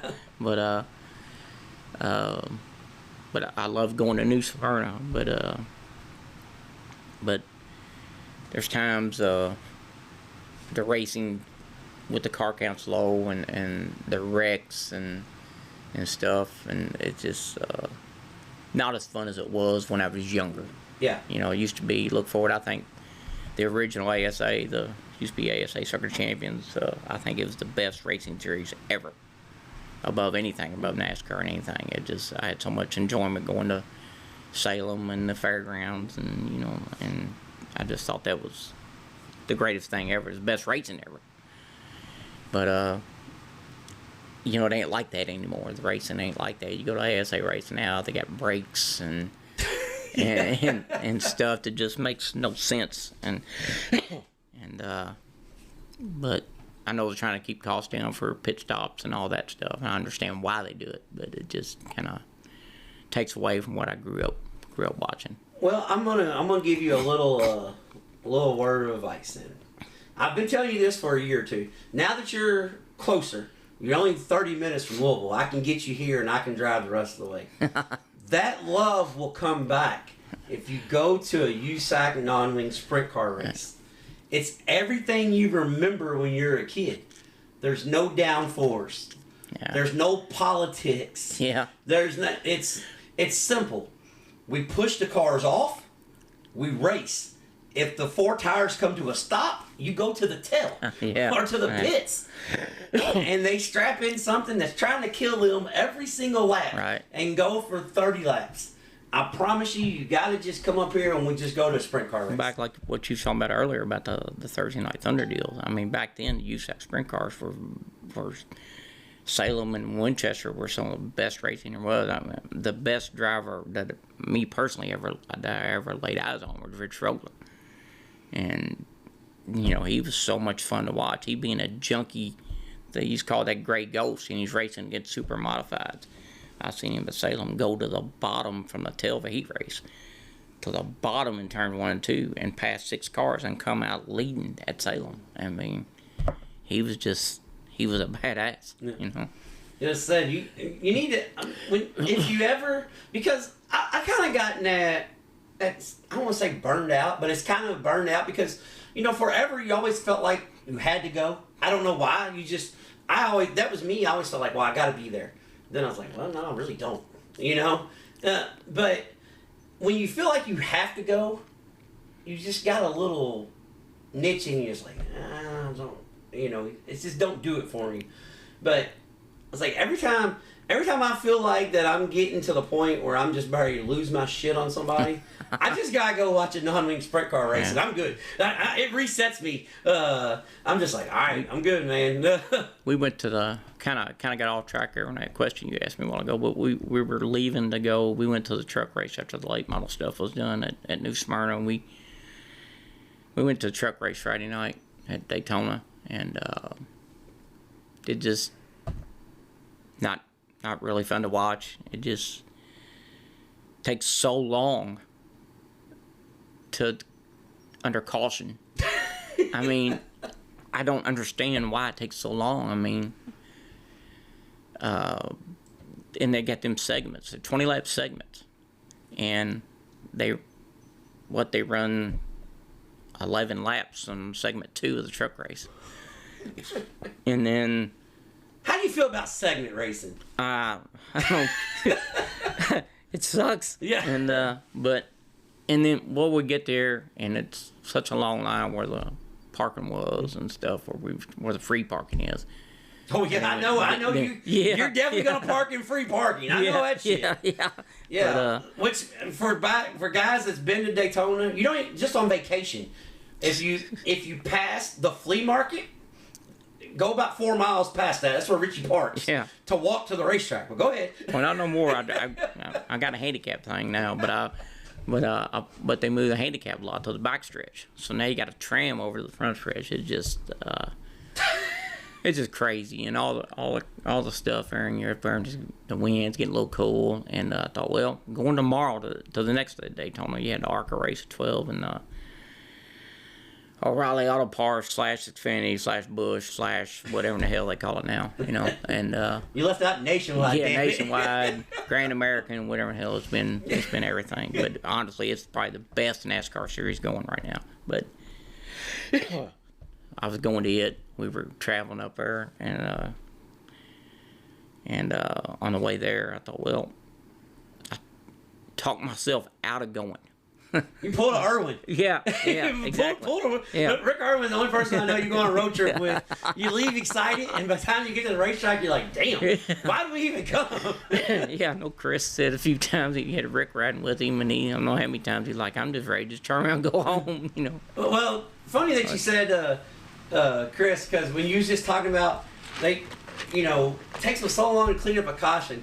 So we were at the racetrack last night, and Chris told me, he said, when I knew it was time for me to quit? I said, when was that? He said, I'll be riding around, and they're doing a pray lap, and they give us another pray lap. Be like, what the hell we need another lap for? We done been riding around for 30 minutes. Yeah. Yeah, he said, it was time for me to quit. I was getting aggravated on the slow lap. Yeah. We didn't even have to start racing yet. So all the people that you've helped, you've helped so many people. Starting back with my dad, Irwin, Baum, Kimmel, Barnes. You've helped every big name that's come through Louisville area. Everybody you've seen, the top of the top, and budget-wise, to people like my dad that had absolutely no money, but all the will.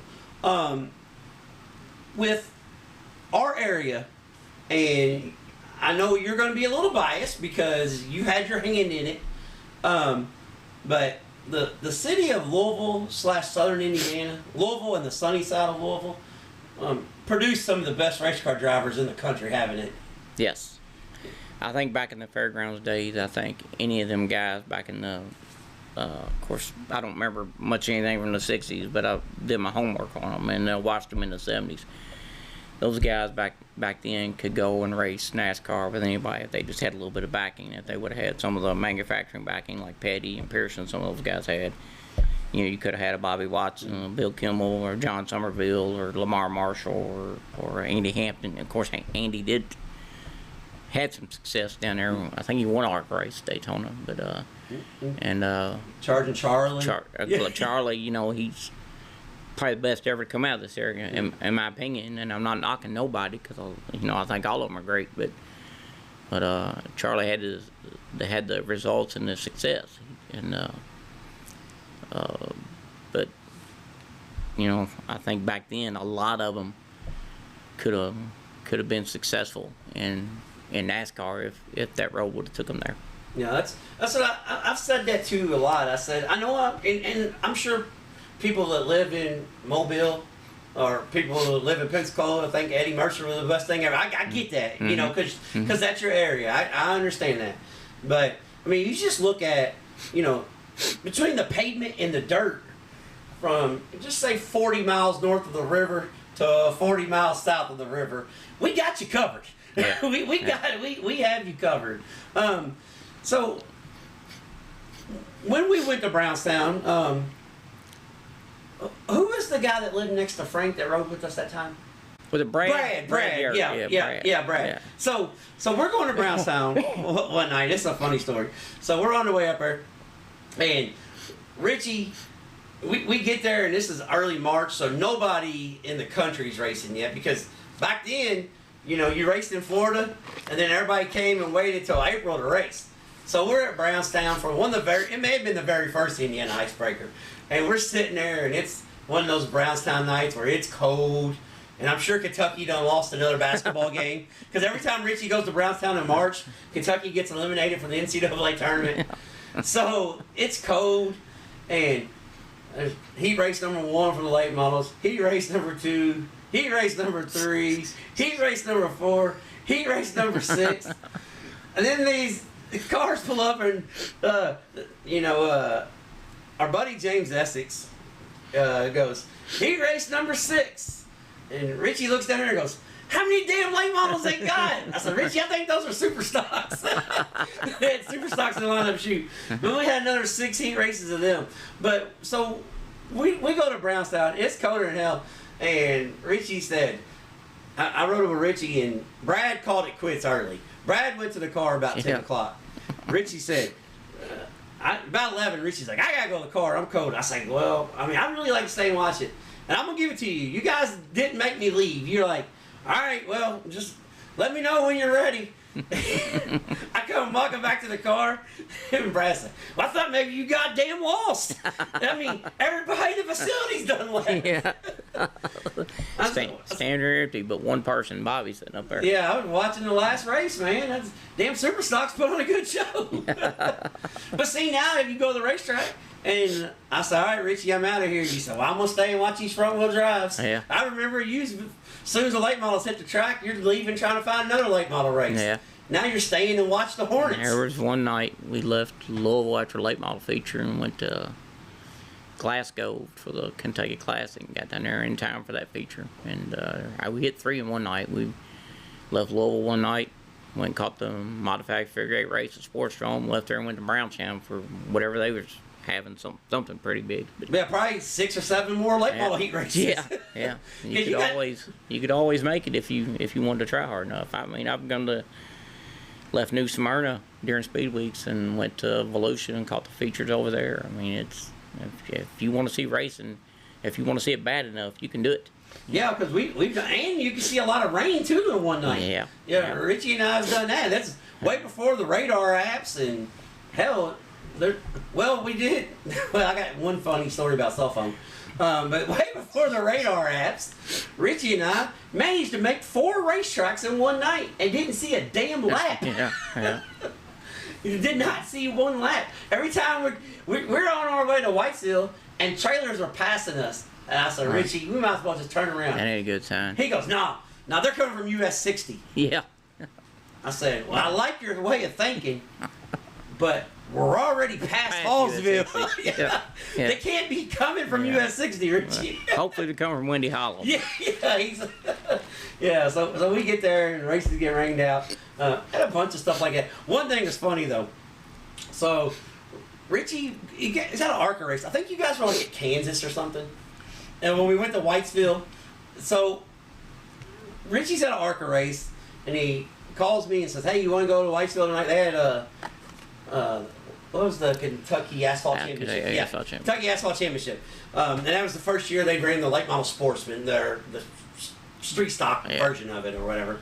So we're like, I was like, so he comes by and picks me up, and we get there. First off, I don't know how the hell we made it. I don't know how I made it alive to half of these races. Because if you ever ride to the racetrack with Richie, you're putting your life in God's hands. And that's if he's paying attention. If he's got a phone to answer, you're really screwed. But Paula can attest to that. Yeah. So we pull up and Richie calls Frank. Hey, what's going on? And Frank's like, nothing. He's like, yeah, we made it to Whitesville. He's like, I can't believe you're at Whitesville. And this guy in front of us we missed the first practice session because we're on Richie time, which means if you get in for the national anthem, you have way too much time left. Yeah. You got to make sure you got to miss part of the first heat race and bitch about only seeing 2 late model heat races because you missed the first one. That's what we call Richie time. But this guy's swinging his sledgehammer on his front bumper and misses and knocks the radiator plumb out of his straight stock car. I said, hey, Richie, you want to go over and tell him that's a bad idea, or you think I should? He said, he's got a hammer in his hand. I don't think we should say shit to him. Yeah. Never a dull moment, is it? No. So, we can't get off here without telling 2 stories. And one of them is because if you're ever out of town, locked out of a hotel room, it's possible. It's very possible that it will happen. Actually, no, I lied. It's going to be 3 stories. I just thought of another one, too, considering a hotel room. Richie, where was you at when Princess Diana died? Was it in Pensacola? Winchester 400. Yeah. Okay. No, Stock Car Festival. Because that's when Bob's... it's when the bug hit you in the head. Yeah. That's when Bob Brim's scooter quit working, and I had to push him. You had to push him all over the Winchester. Yeah, all over Winchester. And guess where the trucks got to park that weekend? In the grass. Yeah. So, and guess what it did that weekend? Rain. Yeah. So we did a little mud bogging action. But so we're in Pensacola, Florida, and for the Derby, and that was probably one of the last few race trips your dad got to make. Yes, one of the last ones. It's one of the last few. So Richie's old man tells us, oh, let's go to the racetrack. He's game for it. He's feeling good when we leave Louisville. He's excited. He's ready to go racing. Yeah. By the time we get to Huntsville, he's about petered out on the trip. Yeah, he's going downhill. Yeah, he done. His trip was about it. It was over before it got started. But we convinced him that it was going to be warm in Florida because that's what Richie told me. Because we're going to Florida, so I'm like, don't worry about it. We're going to be good. We are good, man. We get there.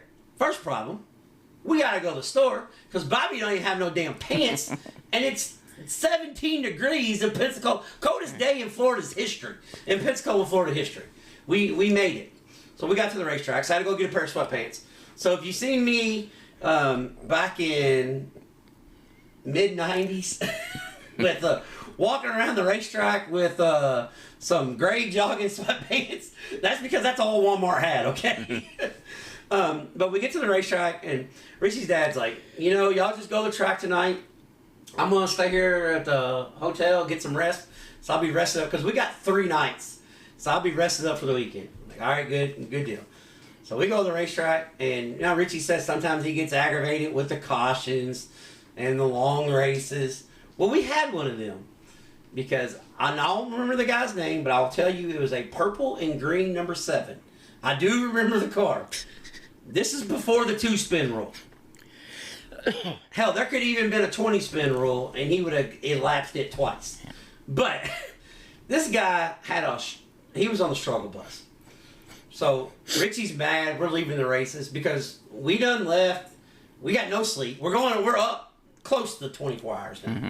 So we get to the hotel, and Richie opens the door, puts the key in, pushes the door open, goes all of 2 inches, boom, face plants the front of the door, walks straight into the door where it's got the chain on it.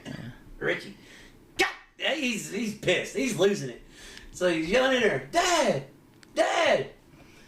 He's sleeping like a log. So I told Richie, I said, I'll go outside and beat on the window. Maybe that'll wake him up. We couldn't wake him up or nothing. No! I beat on the window. It was like the police. I didn't budge. So Richie's like, we'll go up to the desk and have him call the room. Meanwhile, the door is still open inch, because it would open an inch. It had that little latch on the thing on the door where you couldn't get it open. Yeah, the chain. And, yeah. So Richie goes over there, they call in, can't do it. So we're walking back, and there's a trailer pulling in. I said, Richie, this is perfect. The hotel won't like it, but I can go out here to this guy's trailer, and see if he's got a hammer and a flathead screwdriver. I will break us in. Don't worry about it. Edgewood's coming back here. Yeah. I've got this. I can get us in. So I asked the guy. He said, "Yeah." So he gets. I didn't see the car because I was standing outside. So he got us the tools. Well, it took me about 10 minutes, and I got it disassembled where we can get in. Well, meanwhile, while I'm tearing this down, Richie proceeds to tell this gentleman that's helping us how bad his night is. Because the jackass in the green and purple number 7 kept spinning out, and we would have been home an hour earlier. And then the guy goes, 2 hours earlier. Yeah, the guy goes, "Yeah, that's my son, very first race." I said, "Thanks a lot, Richie." So if you're ever in a crunch and you're having a bad day and somebody's helping you out, don't tell them why you're having the bad day. They could be part of the reason. Yeah. But yeah, that was so funny. And then, to make matters even better, that whole trip kind of had a little bit to it. Because we're there, and something that Pensacola does, you can buy a pit pass and go in the pits. But we don't sell you a bleacher seat if you go in the pits. So Friday, Richie and I bought a pit pass, went in, walked, bullshit, like we always do. We go to leave the racetrack to watch the feature races, and guess what? Your pit pass is no good in the grandstands. So I'm like, "Richie, I don't know what the hell we're gonna do." I come down with $300. We done ate Hooters 3 times and bought pit passes for the weekend. My ass is broke. I was like, "I guess I'm watching from the infield." Yeah. So we got in the racetrack. So Richie's heated, and because his dad didn't even want to go in the pits. We made him go in the pits with us so we could push him around and keep an eye on him. So we had to buy general admission seats after that. Yeah. So on our way home, typical could only happen to Richie and nobody else. We have a flat tire on the way home, coming up Mount Eagle. Actually, we had a flat tire at the bottom of Mount Eagle. Let's re-preface that. And we put the donut tire on. That was flat. We should have just left the flat tire on, because 8 inches of flat tire is better than 3 inches of flat tire. So we put the donut tire on. That for a guy that is a tire master, Kenny does not have air in his spare tire in his car. He made his whole career off airing up tires. Yeah, and we got a flat tire. So we get to the top of this is the old Mount Eagle. So we get to the top, and I don't even remember the name of the place. You can still see the sign out there. I don't think the place is open no more, but you can see the old sign. Yeah. It says roadside service. First off, that is a lie. False advertisement there. Yeah, there is no roadside service because, as the lady told me, I don't remember her name, but I remember his name.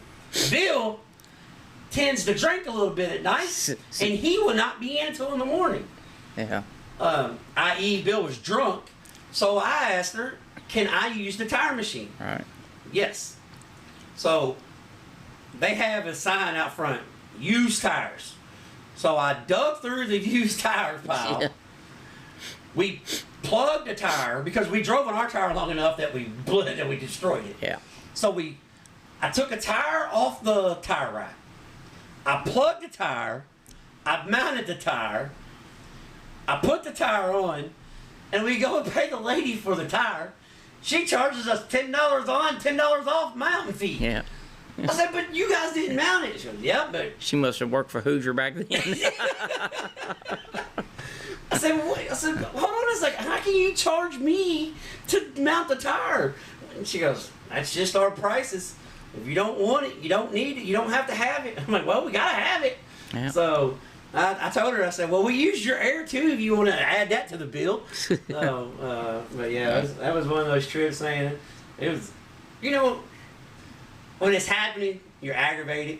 But you look back on it, that's when, shit like that's just fun. Yeah. Yeah, that's what makes it fun, it's the memories. Yeah, I had an old 86 Buick Regal. And Dad wouldn't let me paint it up like I wanted to put Mountain Dew and green and white, like Darrell Walter, because he was my hero back then.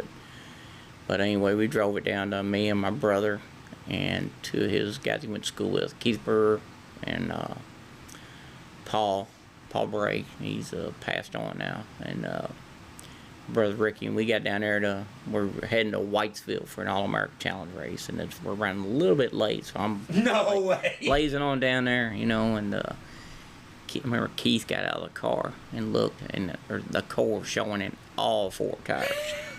And he was like, my God, if I'd have known that, we'd have drove something. I said, we didn't have time to look, buddy. We just had to go. We had to go. So, but we made it. But it's I think Keith was scared on the ride home after seeing them tires like that. But you knew exactly how much life they had left in them. Yeah, he's good. Yeah, you can see the air through them. That's funny. Well, so for all the years that you've done this, all the guys that you helped, this is kind of where I ask people who for their sponsors, but Richie don't have a Hoosier or American Racer sponsor. So is there anybody that you want to say thank you, screw you, however you want to do it? Because there's been a bunch of people that's you've helped a bunch of people, but there was also a bunch of people to put you in that spot, so where you could pass it along to help people. So who helped make this possible along the way? Because there's a lot of guys. Well, I mean, number one, I guess got started with Rick Irwin. He, I think at first reluctantly let me help. He was, I probably got on his nerves more than I helped back then. But if I hadn't have started with him, who knows what I'd be doing? Maybe you would have got a job at Ford and be on a beach right now, retired. Yeah. But your dad, Dale, he was super to me. And had a lot of fun with them guys, and Brian, Brian, I started learning about tires from Brian and Ben Gapehart, and Dale, those guys are just really. I started learning things, and then Ray Biggers, super guy, love all them guys to death, and. Wouldn't trade those times for anything in the world, but I mean, there's a whole list of people. I mean, getting the opportunity to race with Chris Harmon, he was really good to me, and Bill Bruner and all them guys. A lot of fun racing figure eight with them at the Sportsdrome and that 3-hour at the Speedrome that still irks me to no end. How that ended, but anyway, maybe I don't know. No, I'll never go back. But Roger. Hold on. I want to stop you. They do have an all-star pavement national midget race there this year. Maybe I can get you back for that. Okay. Not unless they give us that win that we did, and then I'll think about it. Okay, but, I tried. But and. A couple guys down at Corbin that led me to Josh was Roger and Benny Parker, two of the greatest people that you ever meet. Had a lot of fun. Won a couple championships. Roger at Corbin and Benny's super. Benny, we're trying to get Benny in the Kentucky Hall of Fame if we can, because he definitely. Both of them guys deserve to be in it one day, and just hopefully that'll happen one day soon. And then. Billy Higgins, I want to mention Higgy because he was always really good to me. He didn't really race. He raced a bomber race one time, and he had H1, like Danny Blackwell had a B1. He had H1, had Higgy cross, and I tightened 3 lug nuts and broke all 3 of them. So he run that red bomber race with 2 lug nuts on that wheel, but he stopped me before I broke any more of them. But he's passed on now, but I definitely want to put a shout out to him because he was really always good to me. And Higgy did all his racing in the IGA parking lot. That's where Higgy did all his racing at. It was in the IGA parking lot. Yeah. I rode up there to IGA with Higgy before. So. And Larry Pee Wee Holbert too. He gave me a car to run a bomber enduro one time, and I run it at Charlestown. And of course, your dad gave me a car. Took me to Brownstown one time, and scared me at the desk because I forgot to pull my shield down. Going down, I got a face full of dirt first lap, and then the car quit, and I drove it over the bank in turn 3, and was able to get out of that thing and get on the other side of the fence before I got crashed into or anything. And then went all pro racing for several years with Ray Skillman and Joey Gwynn and Bill and Jay George, all those guys. They were all really good to me. And Jay gave me a Ford Escort, and I raced at the Speedrome. Yeah, and it had the tomato eyes yeah, on it. Yeah, had a couple paint can lids with eyes on it. Had one eye going east, one going west. I mean, everybody got a kick out of that. But on Indy South Side. Yeah, I actually had a lot of fun driving that car up to Speedrome. But Indy at heart, I knew it. But well, I knew it. You can say it all you want. Indy at heart, NCAA, Indianapolis Speedrome. You're Indy at heart. I knew it. You didn't have to bring up the NCAA. But with the Kimmels, with Frank and Bill, and they were really good to me. And can't thank Sean Smith enough, because he's a super good friend, and I was helping him coming back from a hard time in my life, and we got together, and it was kind of me and him and Haywood Marr. Got to mention him. He was a big help to me, and got us a championship up there at Salem. Just had a lot of fun racing with those guys. I'd love to do it again, and I always try to help him when I can for the Halloween when he runs, and just can owe a lot to them guys, and appreciate everything they've done. And I just want to thank Danny Smith and Dave Comer. Had a lot of fun racing with them. Won a championship at Beach Bend Raceway in Bowling Green, and had a lot of fun with them guys. Love Dave Comer to death. Miss him dearly. Donnie and Mason Mingus and Kevin Gardner. Kevin's one of the hardest working guys you ever see at the racetrack, and just want to thank all them guys for the opportunity as well. And got in some pretty good buddies there with Ricky Ricketts and Scott Heineman. You know, they were really good to me for a long time, and a lot of fun with those two guys. And of course, I don't want to leave nobody out. You know, Chucky's probably one of the best drivers or help. I mean, my favorite win was that All-America 400 win. I mean, that was such one of the greatest days. Leaving, I was the last one to leave Nashville Fairground Speedway, and I just turned around and looked back and just trying to soak it all in, like we just won the All-America 400. I mean, that was badass, you know. And he's a badass driver, and he's a badass person, and I can never thank him enough. I had a pretty good talk with him when I found out my little health issue there, and he's a special guy, and just everybody. I mean, there's so many. I mean, guys that help now. I mean, I can't ask for better people to race with Trey Craig and his dad, and Corey Deucer and his dad Chris, and you know, doing a little bit of little T. You know, Paula asked me a funny question in Nashville. Did you do Cole? I don't know if I did Cole's tires when he was a kid, and I just now started kind of helping with Cole's tires this year. I said, no, I never did his tires.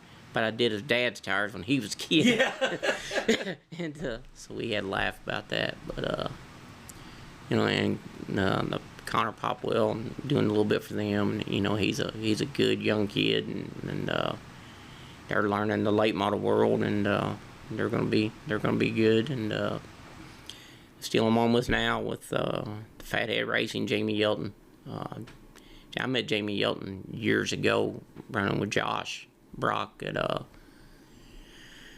late model stock deal we was doing with Greg Marlowe. We did a deal there. We went to some UARA race at Greenville, and we was trying to make the what's now the Valley Star 300 or whatever it is at Martinsville. And we went used to be the Taco Bell 300. Yeah. We went to we spent a week or 2 weeks out there, me and Josh, and Jamie. I met Jamie out there then, and then he needed some help with tires because his tire guy was having problems, I guess. I don't know, but he needed tire help, and so I got up with him, and so far having a ball with all those guys, and the young kid Western Marthaler, and trying not to leave anybody out. I don't know if I left anybody else out. I'm sorry, but yeah, this is the tough part because I kind of put everybody on the spot. Josh Clemens. I mean, Josh was, you everybody knows about, my eyes. I got a lazy eye or whatever, and we was over a funny story over at Josh's one night. Josh Clemens, we were playing darts, and I was just hitting bullseye after bullseye, and they're like, man, how are you doing that? I said, I don't know. I'm aiming for the doorknob, Well, see, you say you got lazy eye. I say you got blue eyes. Yeah, exactly. That's what Bill Kimball said. You got blue eyes, one blue east, one blue west. Yeah. But, and I can't forget Josh Brock neither. He was I got with him when he was a kid in early 2000 or late 2000, 08, 07, somewhere around in there, and raced with him for many years and went late model racing and did some dirt stuff with him the last several years, and he was good, and I appreciate all the opportunities I had with him and his family, and there's probably a lot more, I guess. I helped Michael Hine a few years ago. Him and his family's really good, and working with Chris Cater and his family was had a lot of fun with him. He's a really good crew chief and good guy. I don't know if I left anybody else out. I'm sorry. I'm trying to think. I went ARCA racing with I think Danny Rollins was the crew chief. Brian Rose wanted to do a few ARCA races with him, and yeah, you might want to thank one more person who, your co-pilot who put you up and down the road. And well, yeah, yes, my wife Paula. Well, I'll be honest. I'm gonna stop you real quick. Yeah. At least I didn't have to edit this one back in. Right. Because I've probably done 5 of these that I've had to edit the wife back in. So I stopped you before then. Yeah. Well, I say the best for last. Because she is definitely the best. And she puts up with me, and I give her hell, and I know guarantee that. And I tell everybody she keeps a divorce lawyer on speed dial at the racetrack. Because I'm amped up, and we got time frames. We got to hustle and go here, and here, and when I get, especially when you got to go and you got to get tires mounted, and you know what kind of mess you're going to get into because tires ain't consistent like they used to be. It's always right, and so it's almost a dread when you got to go in the impound and get tires. You got to measure and make sure they're going to work out right before you mount them, and then get them mounted and hope that you're right, and it just aggravates the hell out of me. We got to swap the tire out because it just kills time. But she puts up with me, and she is a lot of help. She's learned so much, and she's a great asset. And there's nobody I'd rather have with me at the racetrack than my wife Paula. She's a doll, and I love her to death. Sounds like a good place to end it right there. Hell, everything we're gonna say after this ain't gonna matter.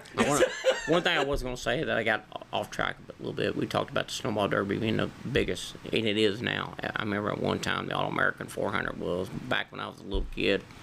The fairgrounds had 2 of the biggest late model races in the country with the International 500 and the Bluegrass 300.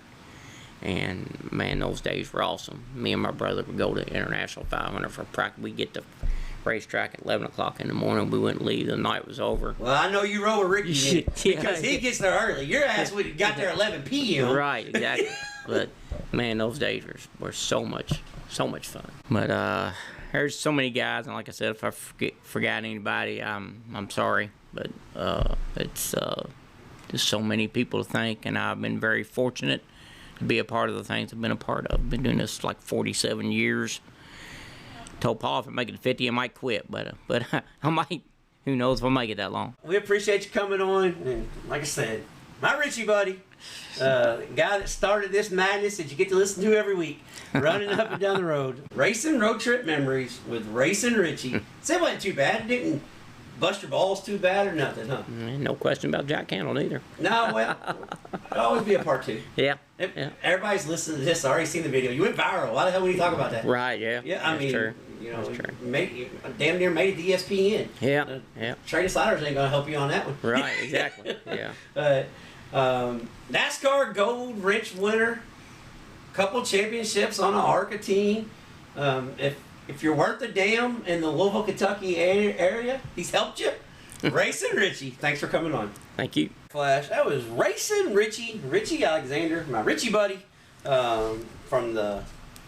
I guess he's the reason why I do all this crazy shit. Between him and my dad was gonna make sure that I raced, and because that's just what we did. And every free time we had, Richie decided that he was gonna drag me to the racetrack. I don't know if he liked me that much, or if he didn't like driving by himself, or what. But I've got just as many miles. Probably more miles in the car with Richie going to the racetrack than I do with you. Yeah. So it's quite a bit. That's a lot. And if you ever rode with Richie, those are hazardous miles. I don't know how I made it. I have no idea how I'm still alive.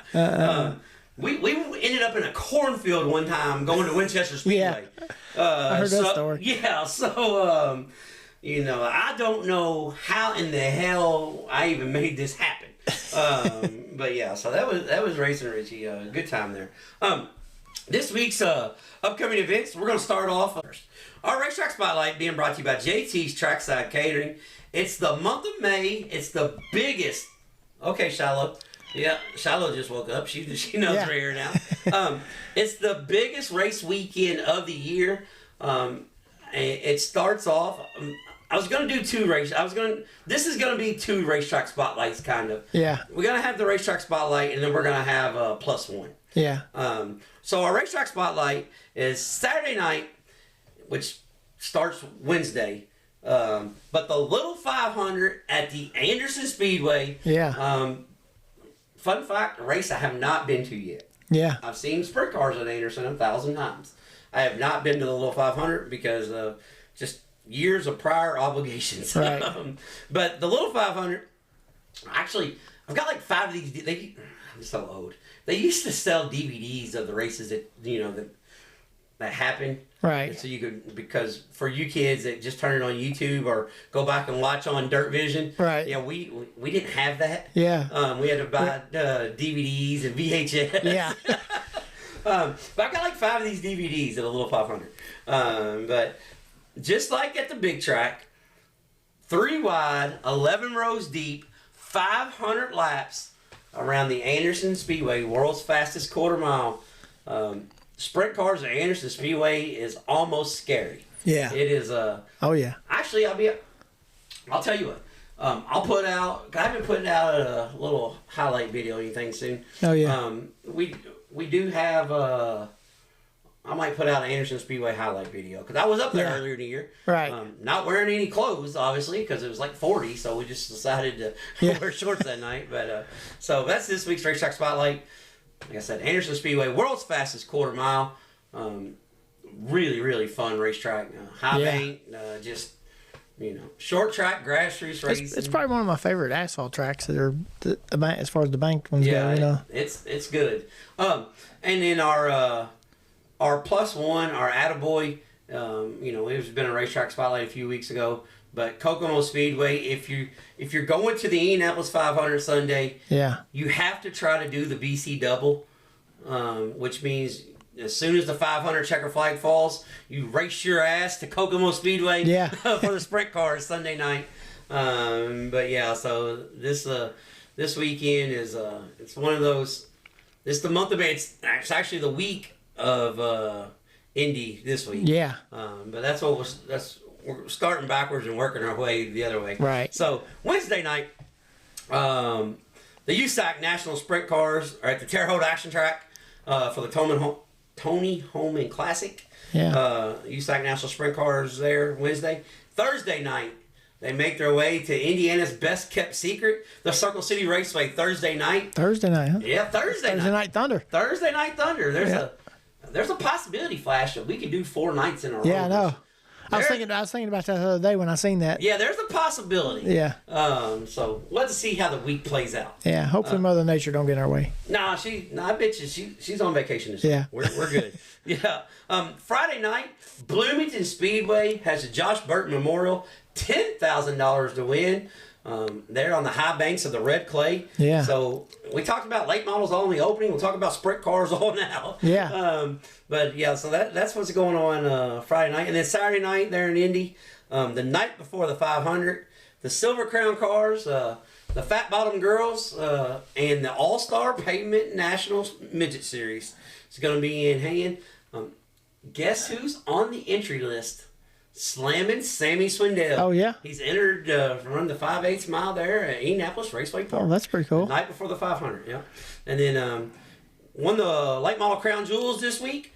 Friday and Saturday night. Lucas Oil Late Model Dirt Series is at Lucas Oil Speedway for the Show Me 100.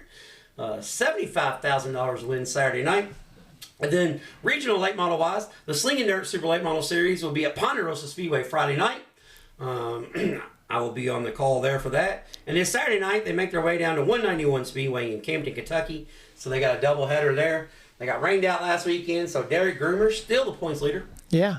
And then this weekend, Flash and I have a triple header. It's already been changed back around 3 or 4 times, but this is the set schedule now, and hopefully weather stays good. Yeah. But Friday night, we'll be at Ponderosa Speedway for $2,000 to win. Saturday night, we'll make our way to the Richmond Raceway in Richmond, Kentucky for another $2,000 win event.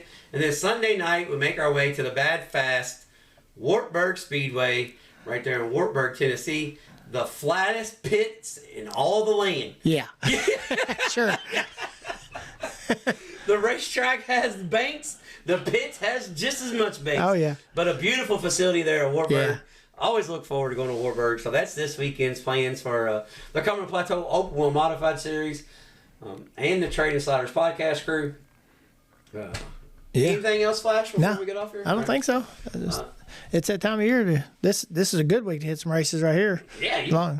If you got any, I mean, you can go Wednesday through Sunday. Actually, you can go Wednesday through Monday if you really like traveling. Yeah. Because I didn't put it on the list, but Sugar Creek Raceway was supposed to race Friday night, and being the marketing genius that Ray Cook is, he noticed that there was like 10 other tracks racing Friday night in the area and none racing Monday, so he moved his stuff to Sunday, Monday instead of Friday, Saturday. Yeah. And if we were off Tuesday, we could make Sugar Creek. Yeah. It's not very far from Wartburg. Yeah. But you know what it is far from? Home. Louisville. Yeah, coming back. So that's not going to work. But get out, support a local racetrack. Don't have to be your local racetrack, but get out and support a local racetrack. Until next week, we'll be trading sliders.